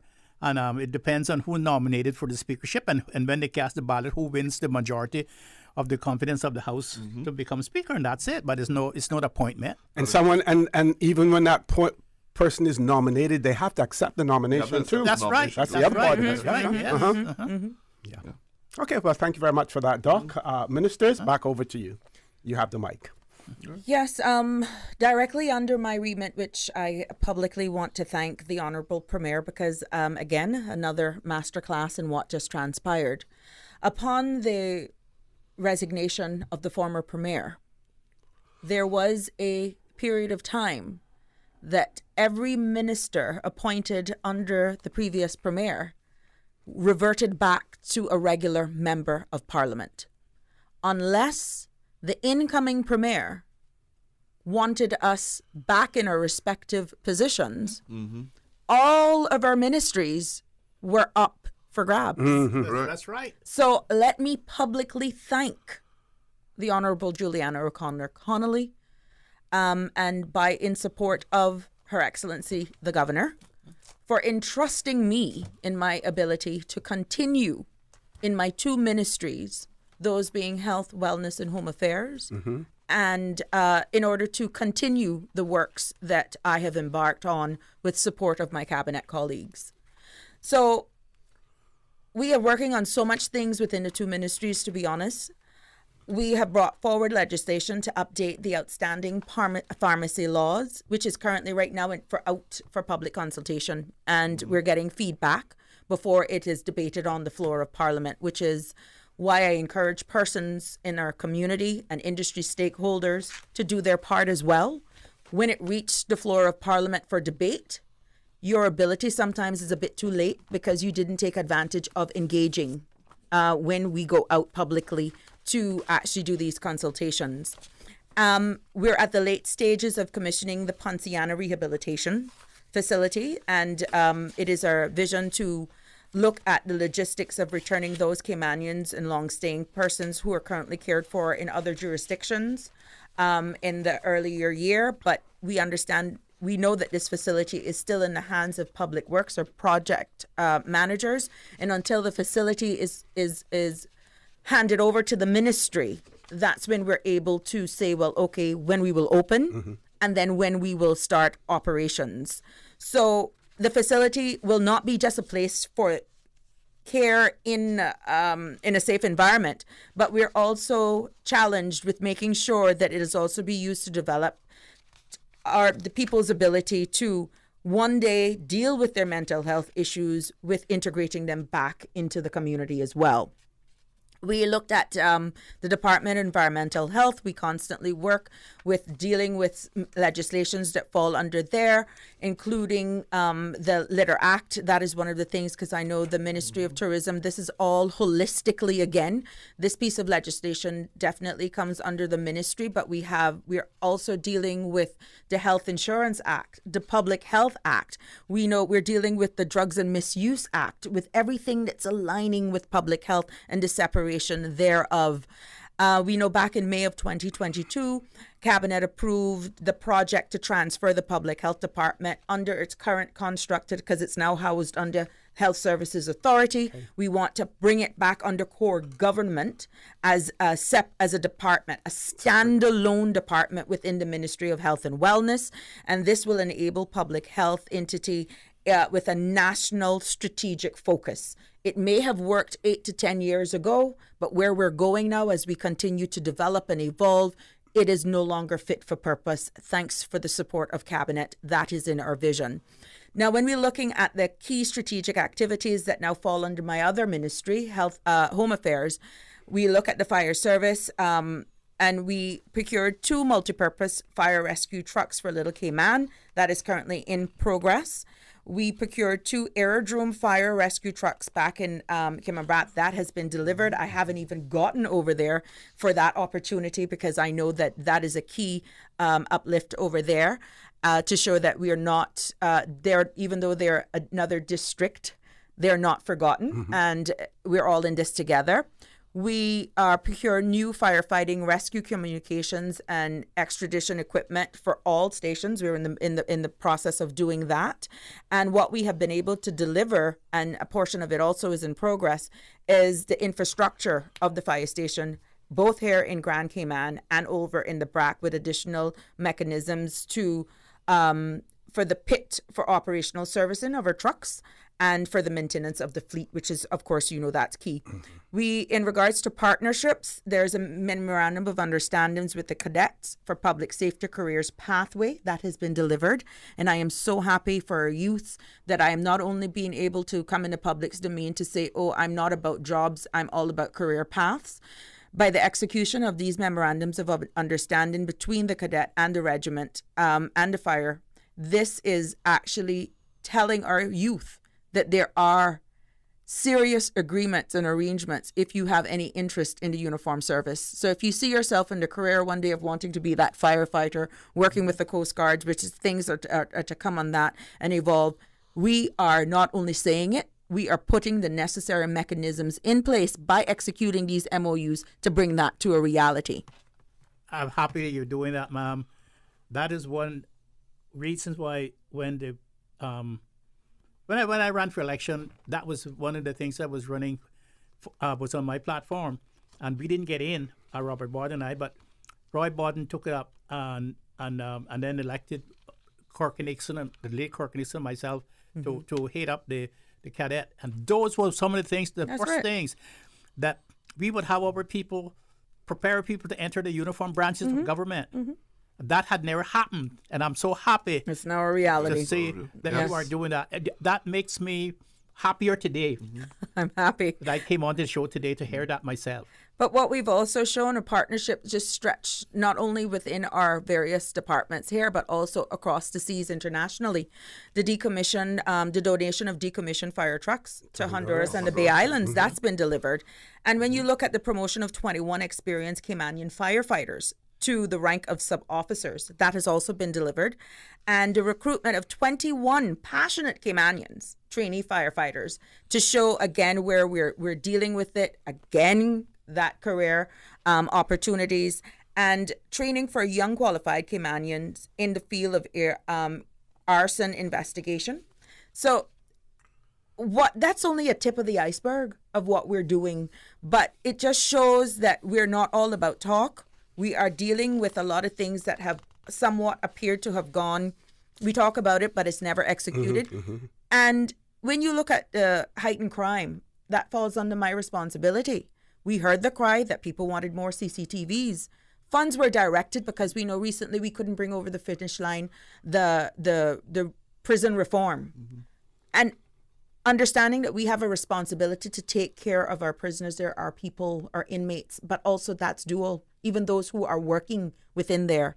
So we've invested in, expanded the number of high-resolution cameras and strategically placed around the islands, and upgraded our public safety radio communications. We're investing in the electric monitoring of our offenders program.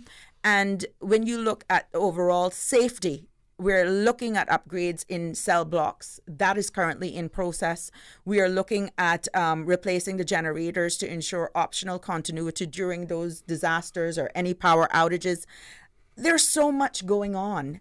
And you're looking at the healthcare services for prisoners. There's no way you can have the Minister of Health and Wellness responsible for home affairs and people who are incarcerated having issues accessing to health services. That is almost, that is, we're not going to go there. That's a big one. Yeah. So we're making sure that the prison service continues to have access to healthcare services, and they should not feel any less because of where they are. And rehabilitative services of even prisoners, we're looking at expanding those services, making sure that we're bolstering it up. We know that regionally we're being looked at for what we currently have in place. Just a few weeks ago, we had representatives from TCI that invited themselves to our country to look at our structure of rehabilitation services. So when we're saying, oh, there's much more we can be doing, there are other people in the regions that are not even near where we are. So I think the future is bright. and with a collaborative approach and working relationship with the civil service in order to meet our broad outcomes for why the people have elected us, I am very, very hopeful and optimistic that we will get this over and everyone will be happy at the end of the day. Okay, Paul, we have a caller and that caller has been holding for a while. So what we will do, before we go to the commercial break, we will take the call and then whatever response is necessary, we will do that after the commercial break. Caller, good morning. Welcome to For the Record. Good morning, Mr. O'Connor. Good morning, sir. How are you? Good morning. Good morning. Good morning. Yes, and good morning to your guest this morning also. Well, concerning Caribbean Haven, Mr. Turner. Yes, sir. Right now, the rules at Caribbean Haven, two individuals are family. They're not able to attend or be in the program if they're family. Only one of them are able to be in the treatment center at a time as family members. Mm-hmm. And that's very dangerous, because that could leave the one that is not able to get into the program lose their life. Mm-hmm. So the government needs to collect these concessions that continue to be given away to billionaires who really don't care about Caymanians, it seems like, and get another Caribbean Haven that people don't lose their lives. And another thing, when it comes to Northwood Prison, I don't know what the government's waiting on, but if a fire breaks out in that place, and that guard has to open up every cell with a key, that's going to be a horrible scene. The government has to stop wasting time, get the proper cells that when they push a button, every cell can open at once and save people's lives in there. Mm-hmm. Nobody in Northwood Prison was sentenced to death. Thank you very much. Thank you. Thank you very much, caller. Folks, we're going to go to a commercial break. When we return, the conversation with Minister Sabrina Turner, Minister J. Banks, and Dr. Steve McField will continue, so don't change that dial. At Doctor's Hospital, we know life happens, and usually when you least expect it. So when unexpected medical issues arise, you need quality care close to home. Located in the heart of Georgetown, our accomplished team of physicians and medical staff treat minor urgent conditions such as migraines, chest and abdominal pain, shortness of breath, burns, broken bones, open wounds, and more. 24 hours, 7 days a week with no appointment necessary. Peace of mind is important when life happens. At Doctor's Hospital, we're always here just for you. Need to speak to someone? Call 949-6066. Jingle all the way into the season of incredible savings and wish granting with Digicel. This Christmas, get 25% off your Prime Bundle plan or postpaid bill for the next 6 months. With plans featuring social data, entertainment data, and more, Digicel keeps you connected and entertained all season long. But here's the real magic. Digicel could make your Christmas wish come true. Win a prize of your choice, from getting your rent paid to a new laptop or even a brand new car. Visit a Digicel store today, where dreams come true this holiday season. Cayman Islands, clear your calendars because something extraordinary is coming your way.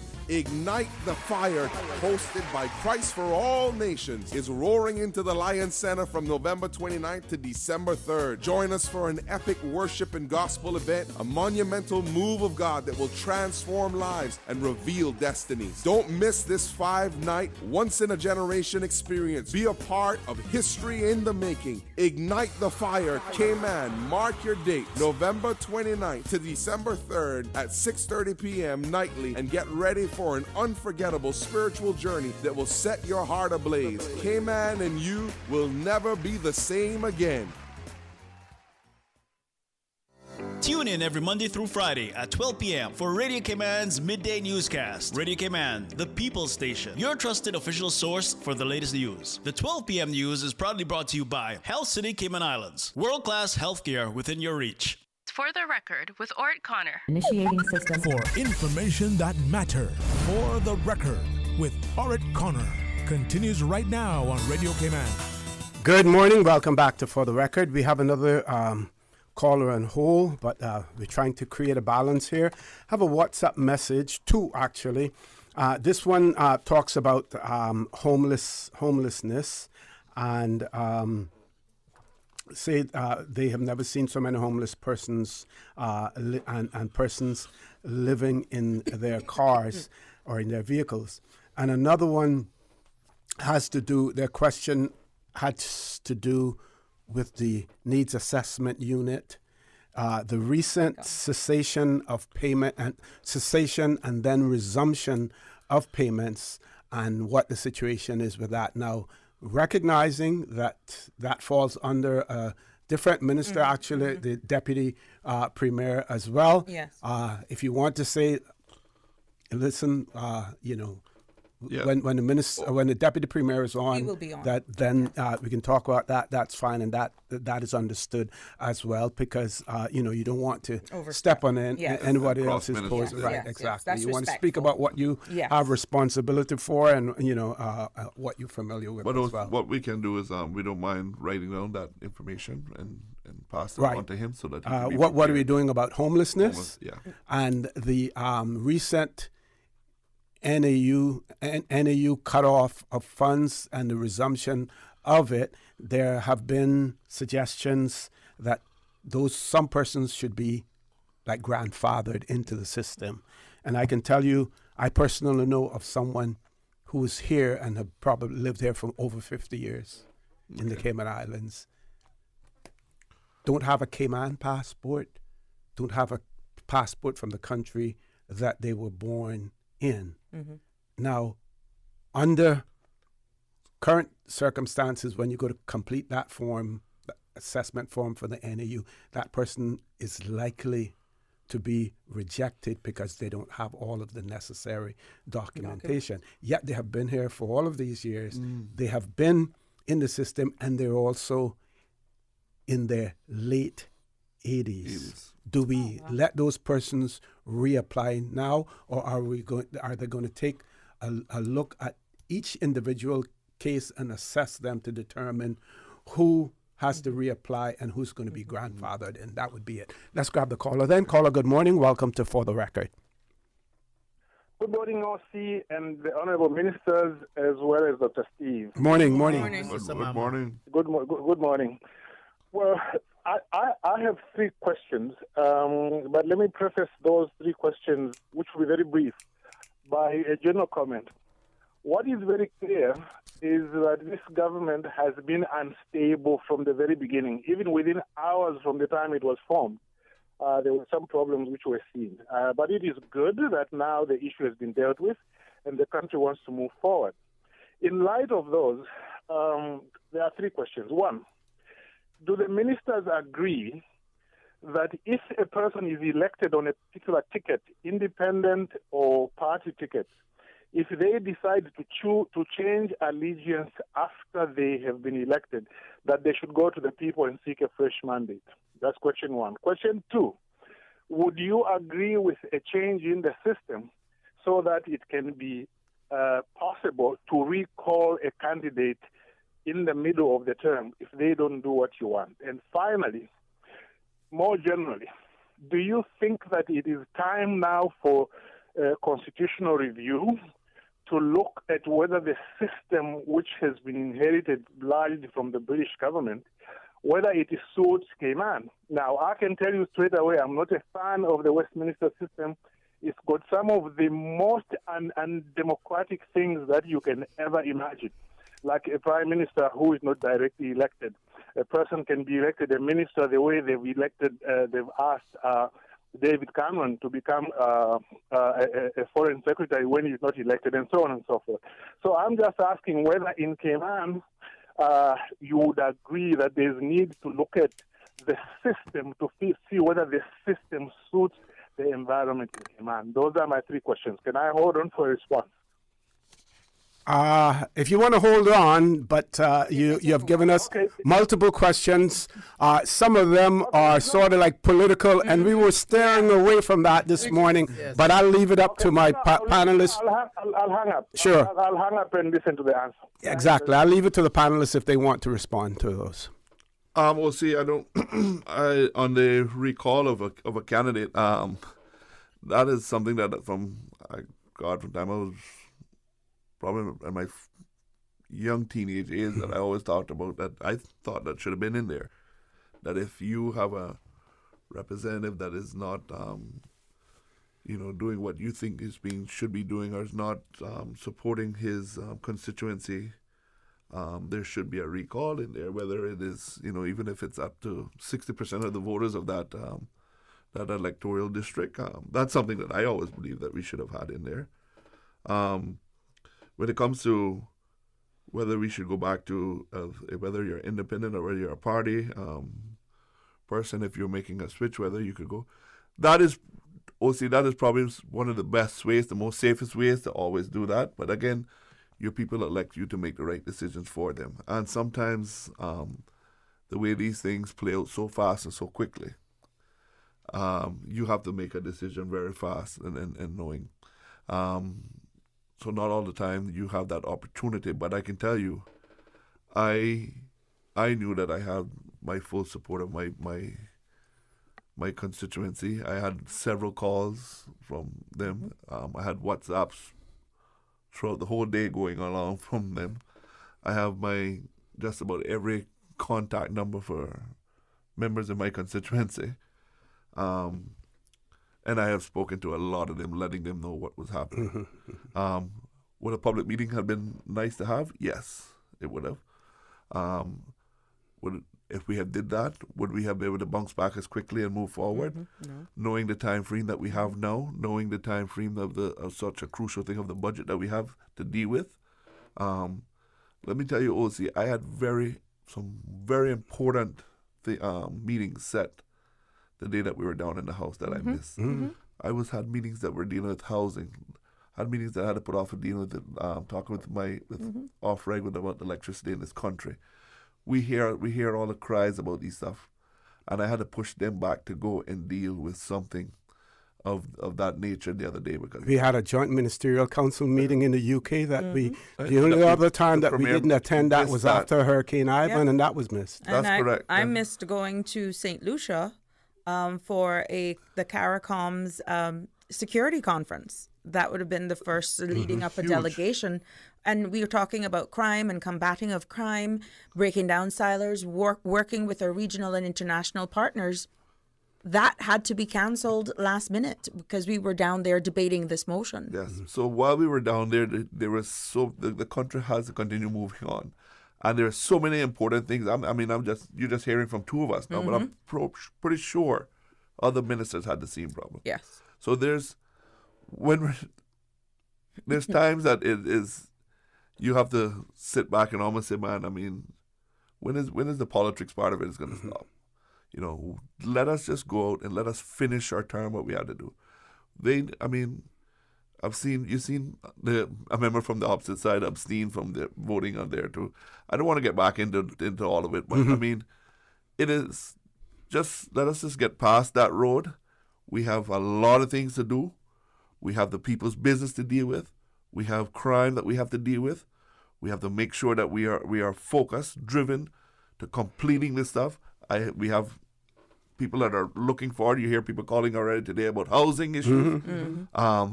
There's a traffic problem that we have to deal with. You were in There's a transport problem that we have to deal with.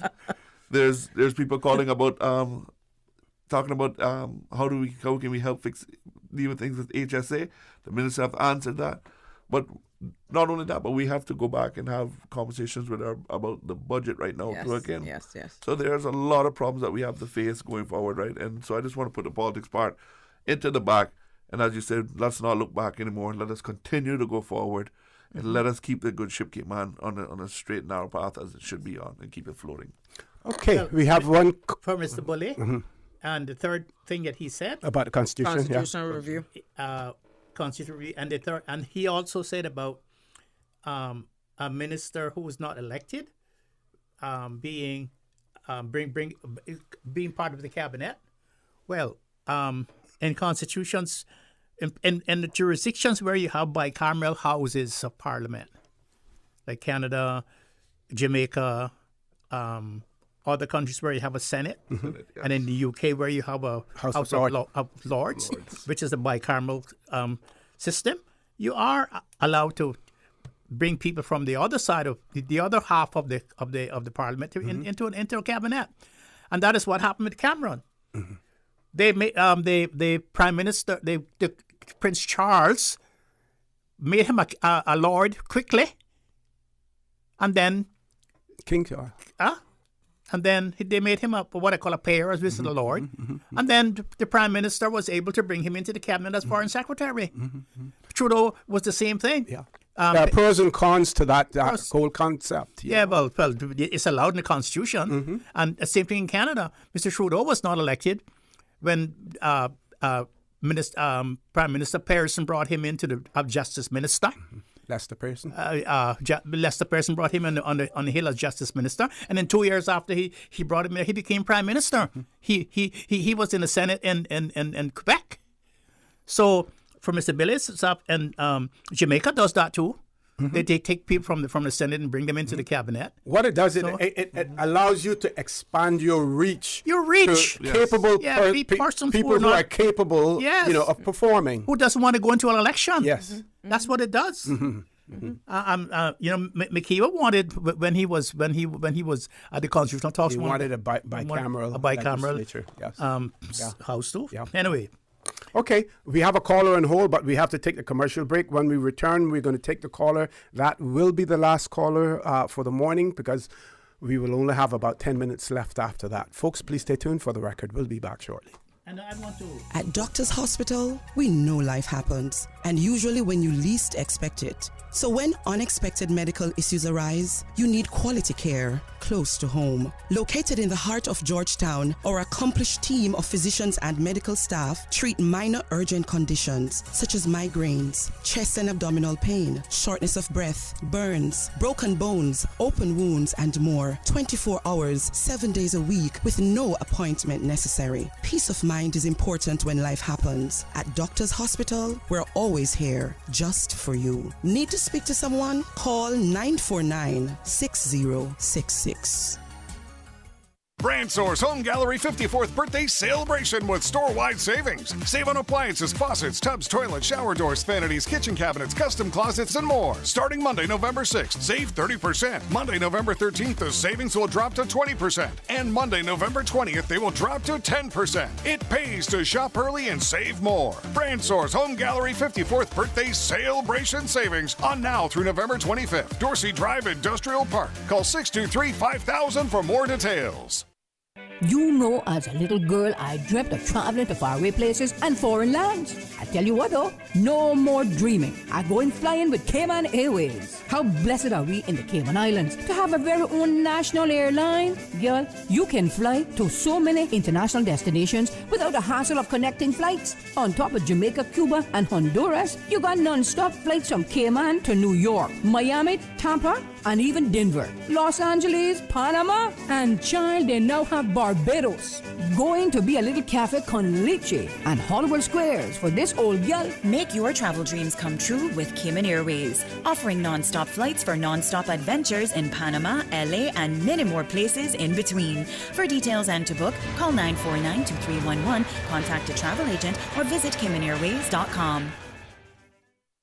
The Red Boat Experience is back, featuring Randy and Nasaria Shillette, along with more than 20 of Cayman's headline artists. Cayman Culture Experience, through contemporary musical expressions, improvisation, and performance. Sunday, November 19th, 4 to 6 p.m. at the Harkwell Theater. Tickets available at Ticket Plus, $25 adults, and CI, $10 for children under 12. Feel the legacies of Aunt Julia Hydes and Mr. Harley Rivers expressed through our traditional Caymanian pandrum, infused into a variety of musical genres. The Red Boat Experience. Feel the music, relive the tradition, and own your Caymanian culture. Sunday, November 19th, 4 to 6 p.m. at the Harkwell Theater. Get your tickets at Ticket Plus. The Red Boat Experience, in partnership with the Cayman National Cultural Foundation, proudly sponsored by Radio Cayman. For the record, with Orrett Connor. Initiating system. For information that matters. For the record, with Orrett Connor.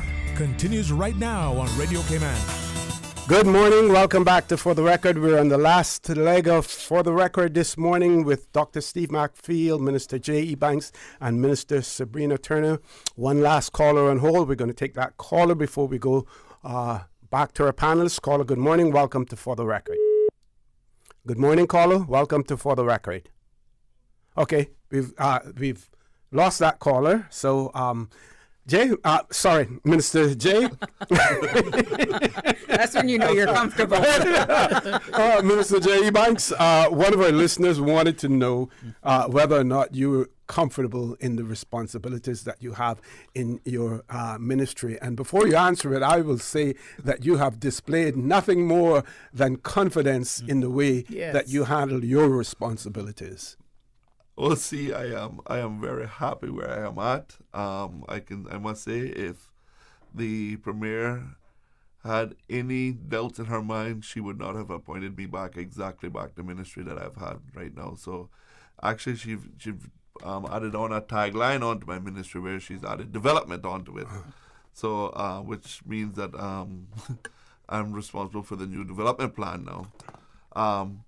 But which is a huge one that we need to start to move forward and get going on. But, you know, those are some of the legislation that I'm really looking to bring forward in the new year coming.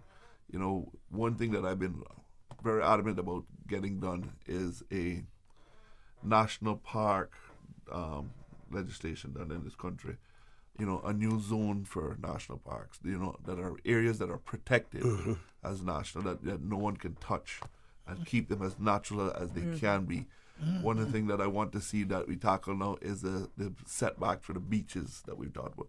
That will be championed. I will champion that to make sure. I know Honorable Wayne Panner, when he was there, was working along with that. But I can tell you, I was always adamant that had to be done. And I'm still going to make sure that we continue moving forward to see that we deal with that. Because we hear it all the time from our Caymanians. We are allowing people to build too close to our beaches, right? We need to create a new setback. So I can tell you those are some of the legislations. We have a legislation going down there right now, which adopts to help with beach setbacks and be able to use habitable spaces and rooftop space now for rooftop dining and swimming pools and stuff like that. Once you actually hit to your mean, so if you're at your 10th story, you could utilize a lot of that now on top of it, which means you don't have to put all of this stuff out in the beach anymore, which is giving you more room now to have more beach out there. So I can tell you that in the next, I'm hoping in the first quarter of the next year that we can start to get that legislation going and start to push that to get that down there. There's, agriculture has several legislations that they've been doing. You know, they're working on their new Animal Act, their Pesticide Control Act, the Veterinarian Act, their Agriculture Act. We just passed the Plant Protection Act in the last sitting in the House before. There are several things that we're moving on.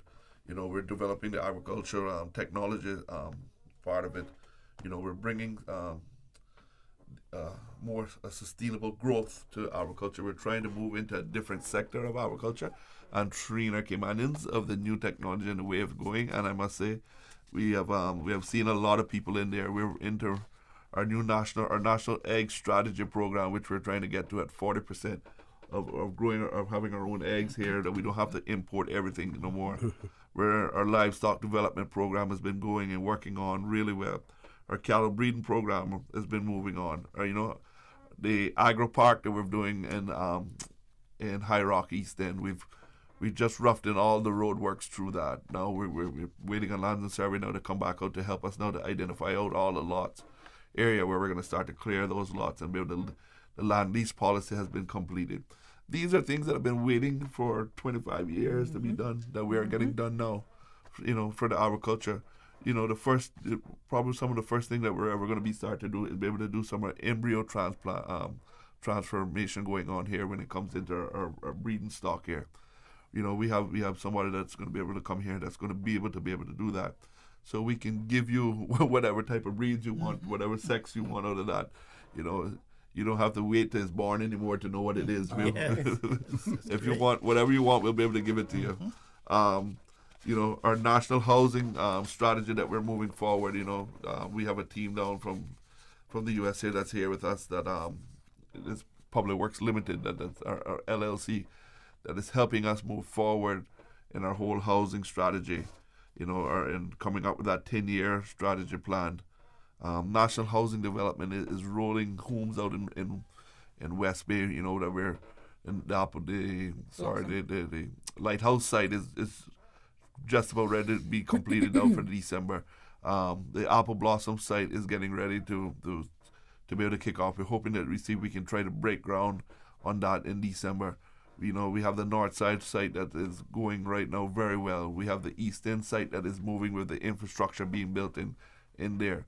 So, and then we're also looking now at doing a whole new different phase on the Georgetown site up here. So the national housing is moving, building, producing homes for what the people need. Do we have to work closer together with developers? Yeah. Do we have to try to come up with somewhere how we can work together more to be able to get housing out there to the people? Yes. See, one thing I'm very proud of, I can say that with this team, is that when it comes to a lot of concessions, this team has not done much when it comes to that. We realize that, listen, we can't be giving away the people's money now. I'm a person, if you want a concession, what are you going to do for the people, for the average Caymanian? That's what I always want to hear. What is the average Caymanian going to get out of it? If the Caymanian is going to get something out of your hotel or your condominium that you're going to build, and maybe if we had looked at that, some Caymanians would have been living more in 7 Mile Beach now, instead of giving it all away. So yes, I'm very proud that this team has taken that stance, that we have, we're creating a policy for that, and how we move forward with that. There's so many good things that we have accomplished already, and there's a lot more to continue to accomplish. I mean, you're just hearing from 2 ministers. Sure. But I mean... and we'll be hearing from some more next week as well. You'll hear from the rest of them next week. Yeah. And I can guarantee you, I mean, we do have our plates full with what we're doing. But, the one good thing is that I can tell you is that, we're like a family. We check on each other, we talk to each other, we look for each other, we rely on each other. If there's something I can help with, I don't mind ever going to help any one of my ministers out, no matter what time of the day is. My phone is always on. I try to make sure I catch all of my calls, although sometimes I may miss one or two, but I almost promised the people that I would get back to them and call them back. Okay. If we can cover one more before we leave. And even though, see, one of the big things are, didn't really cut you off. That's okay. Our reform of this point system that Dr. Steve McField has been working on. Yes. It's something that we have been talking about for years. And now we have Mr. Steve and his group is working on that to reform this point system, immigration point system. So, So we are ready. We are almost ready to give that to you. We have gone over it several times because, there are people out in the private sector who is very critical of our immigration policy, and we want to get it right. We do not want to have a policy where it's been challenged and going to court and costing our country money. We want to get it right. We have this is the second review that we have done. We came to caucus once before. Correct. Yes. And we were told that we need to go back to the drawing. Yes. Absolutely. Yes. And we have done that, and we have done the review, and now we have review. I think we have completely reviewed 6 of the 9 factors that you need to comply with to be able to under the point system to be able to get permanent residence. Okay. And we're going to finish those 4, and then we are in a position to give it to you, and then whatever depends on whatever you say. Then we need to. Then we're going to go to the public to show them what changes are going to come. Okay. So one of our listeners recommended changes. Yes, recommended changes that are going to come. Yes. One of our listeners said that they listened to us talk about the inconvenience of the motion of no confidence in terms of serious issues that ministers had to deal with, the Joint Ministerial Council, your travel to the Eastern Caribbean, and whether or not then you think that the motion of no confidence, I want to read it verbatim, but I don't think that I can, whether or not that was a waste of time is what they said. Well, OC, just the vote. I don't think nobody has to say anything more than what the vote ended up to be. That's it. But what do we say to those who say, well, had you, after one person, after or just before you ended up with the 9-9 situation, why wasn't it addressed before then? Well, OC, as you said, this is always a political area, and you have to know how to wine and dine. As Dr. Steve said, you never close a door, right? And never shun nobody from you. So there's opportunities to try to see how you could put things together. And I guess at the time, before the Honorable Premier decided to step down, he realized that maybe there was no way for him to put anything together, and he thought this was the best way for him to do to continue to keep the group together. Okay. But you can see in the public forum what the people are saying now. There's an old saying that goes, and I was raised by George Sims, old sailor. Cow don't know the use in the tail until they're losing it. So, I mean, people have spoken, whether or not there was any errors, whether or not we are perfect. Again, under the single-member constituencies, this is the first time a coalition government has been formed. Under the single-member constituencies. That's right. So when you look at a premier with all independents running a cabinet who all individually got on as independents, a lot of the times were spent not only managing personalities, but one thing we know that keeps us together, our hearts are all in the right place. And from the looks of things, we have pivot as quickly as possible. The relationships remain, and as some of my older persons or the more persons senior in my life that says, and I'm now able to put the true meaning to it. One key thing here: we were all duly elected, and going into the caller about agreeing if a candidate campaigns as an independent, and after they're in, whether or not they should go back to the people if there's a party. This is where the party versus the independents has to be revisited, and our country needs to decide where we want to go, because at the end of the day, based on single-member constituencies, as I can see, party or no party, once the last ballot is counted, under the current constitution, you have to form a government. Yes. Am I going to be in that position? I'm going to be true to the people. I'm going to be your independent if that's the ticket I came out on. But remember now, we have to be recognize that single-member constituencies do not make independence. It doesn't dictate that you have to be an independent because it is a single-member constituency. What I would like to, if I may jump in here, what I would like to recommend to the caller, there's a book called by Jeffrey Archer, First Among Equals. Yeah. If you read that, you will know how the system works. Yeah. The premier or the prime minister is only first among equals. He is a minister like everybody other else. Minister. Mm-hmm. And the minister say, you are the leader of this ministry, this group. But he does not have any more power other than what they gave him. That's correct. And if they don't have confidence in him, the Constitutional Convention is that he steps down and allows another minister who has the confidence of the group. It's just similar to in the army.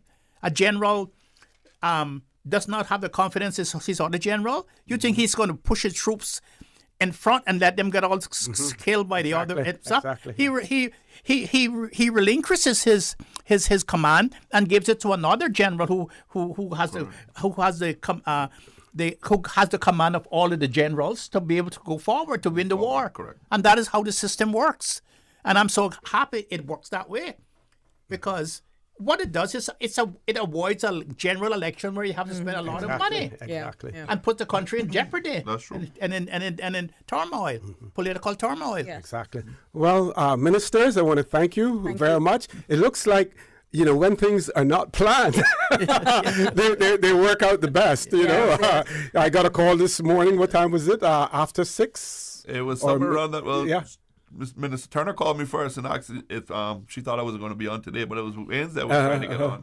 But I told her she wanted to go out and call you to find out. Yes. So no one was here. It was just after 6:30 somewhere, and I called you. Well, it has been a good discussion that we've had. You've been, you know, quite open, and you've shared with us, you know, what you feel that you can share. But more importantly, you've spoken about the way forward, because nothing has changed much in terms of your responsibilities, you know, as well. So I want to thank you. We look forward to having more ministers on. We know that we're going to have the Premier. She's going to be on the show on Monday morning as well.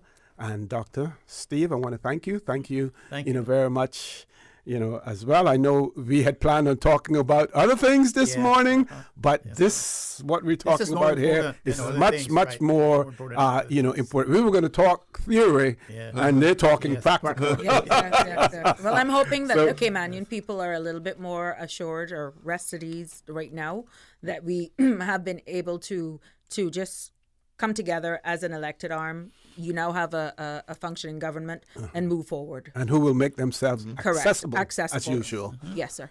Okay, we've gone 6 minutes over. Folks, thank you all very much. Have a great weekend. And may God bless these 3 beautiful, wonderful Cayman Islands. For the record, proudly brought to you by Coca-Cola. Available across the Cayman Islands from Tortuga Distributors. Accept no substitutes. Taste the feeling with Coca-Cola. Brand Source Home Gallery. Inspiring luxury. And JN Money. From abroad to yard. Fast, affordable, convenient. Doctor's Hospital. Peace of mind is important when life happens. Doctor's Hospital. Always there for you. Call 949-6066. And Cayman Airways. Call them on 949-2311 to book your nonstop flights to Los Angeles and Panama. And now, Barbados. And Digicel, Cayman's bigger, better network. Follow Radio Cayman on Twitter. All the latest information, breaking news, community events, and more. Follow us at twitter.com/Radio Cayman.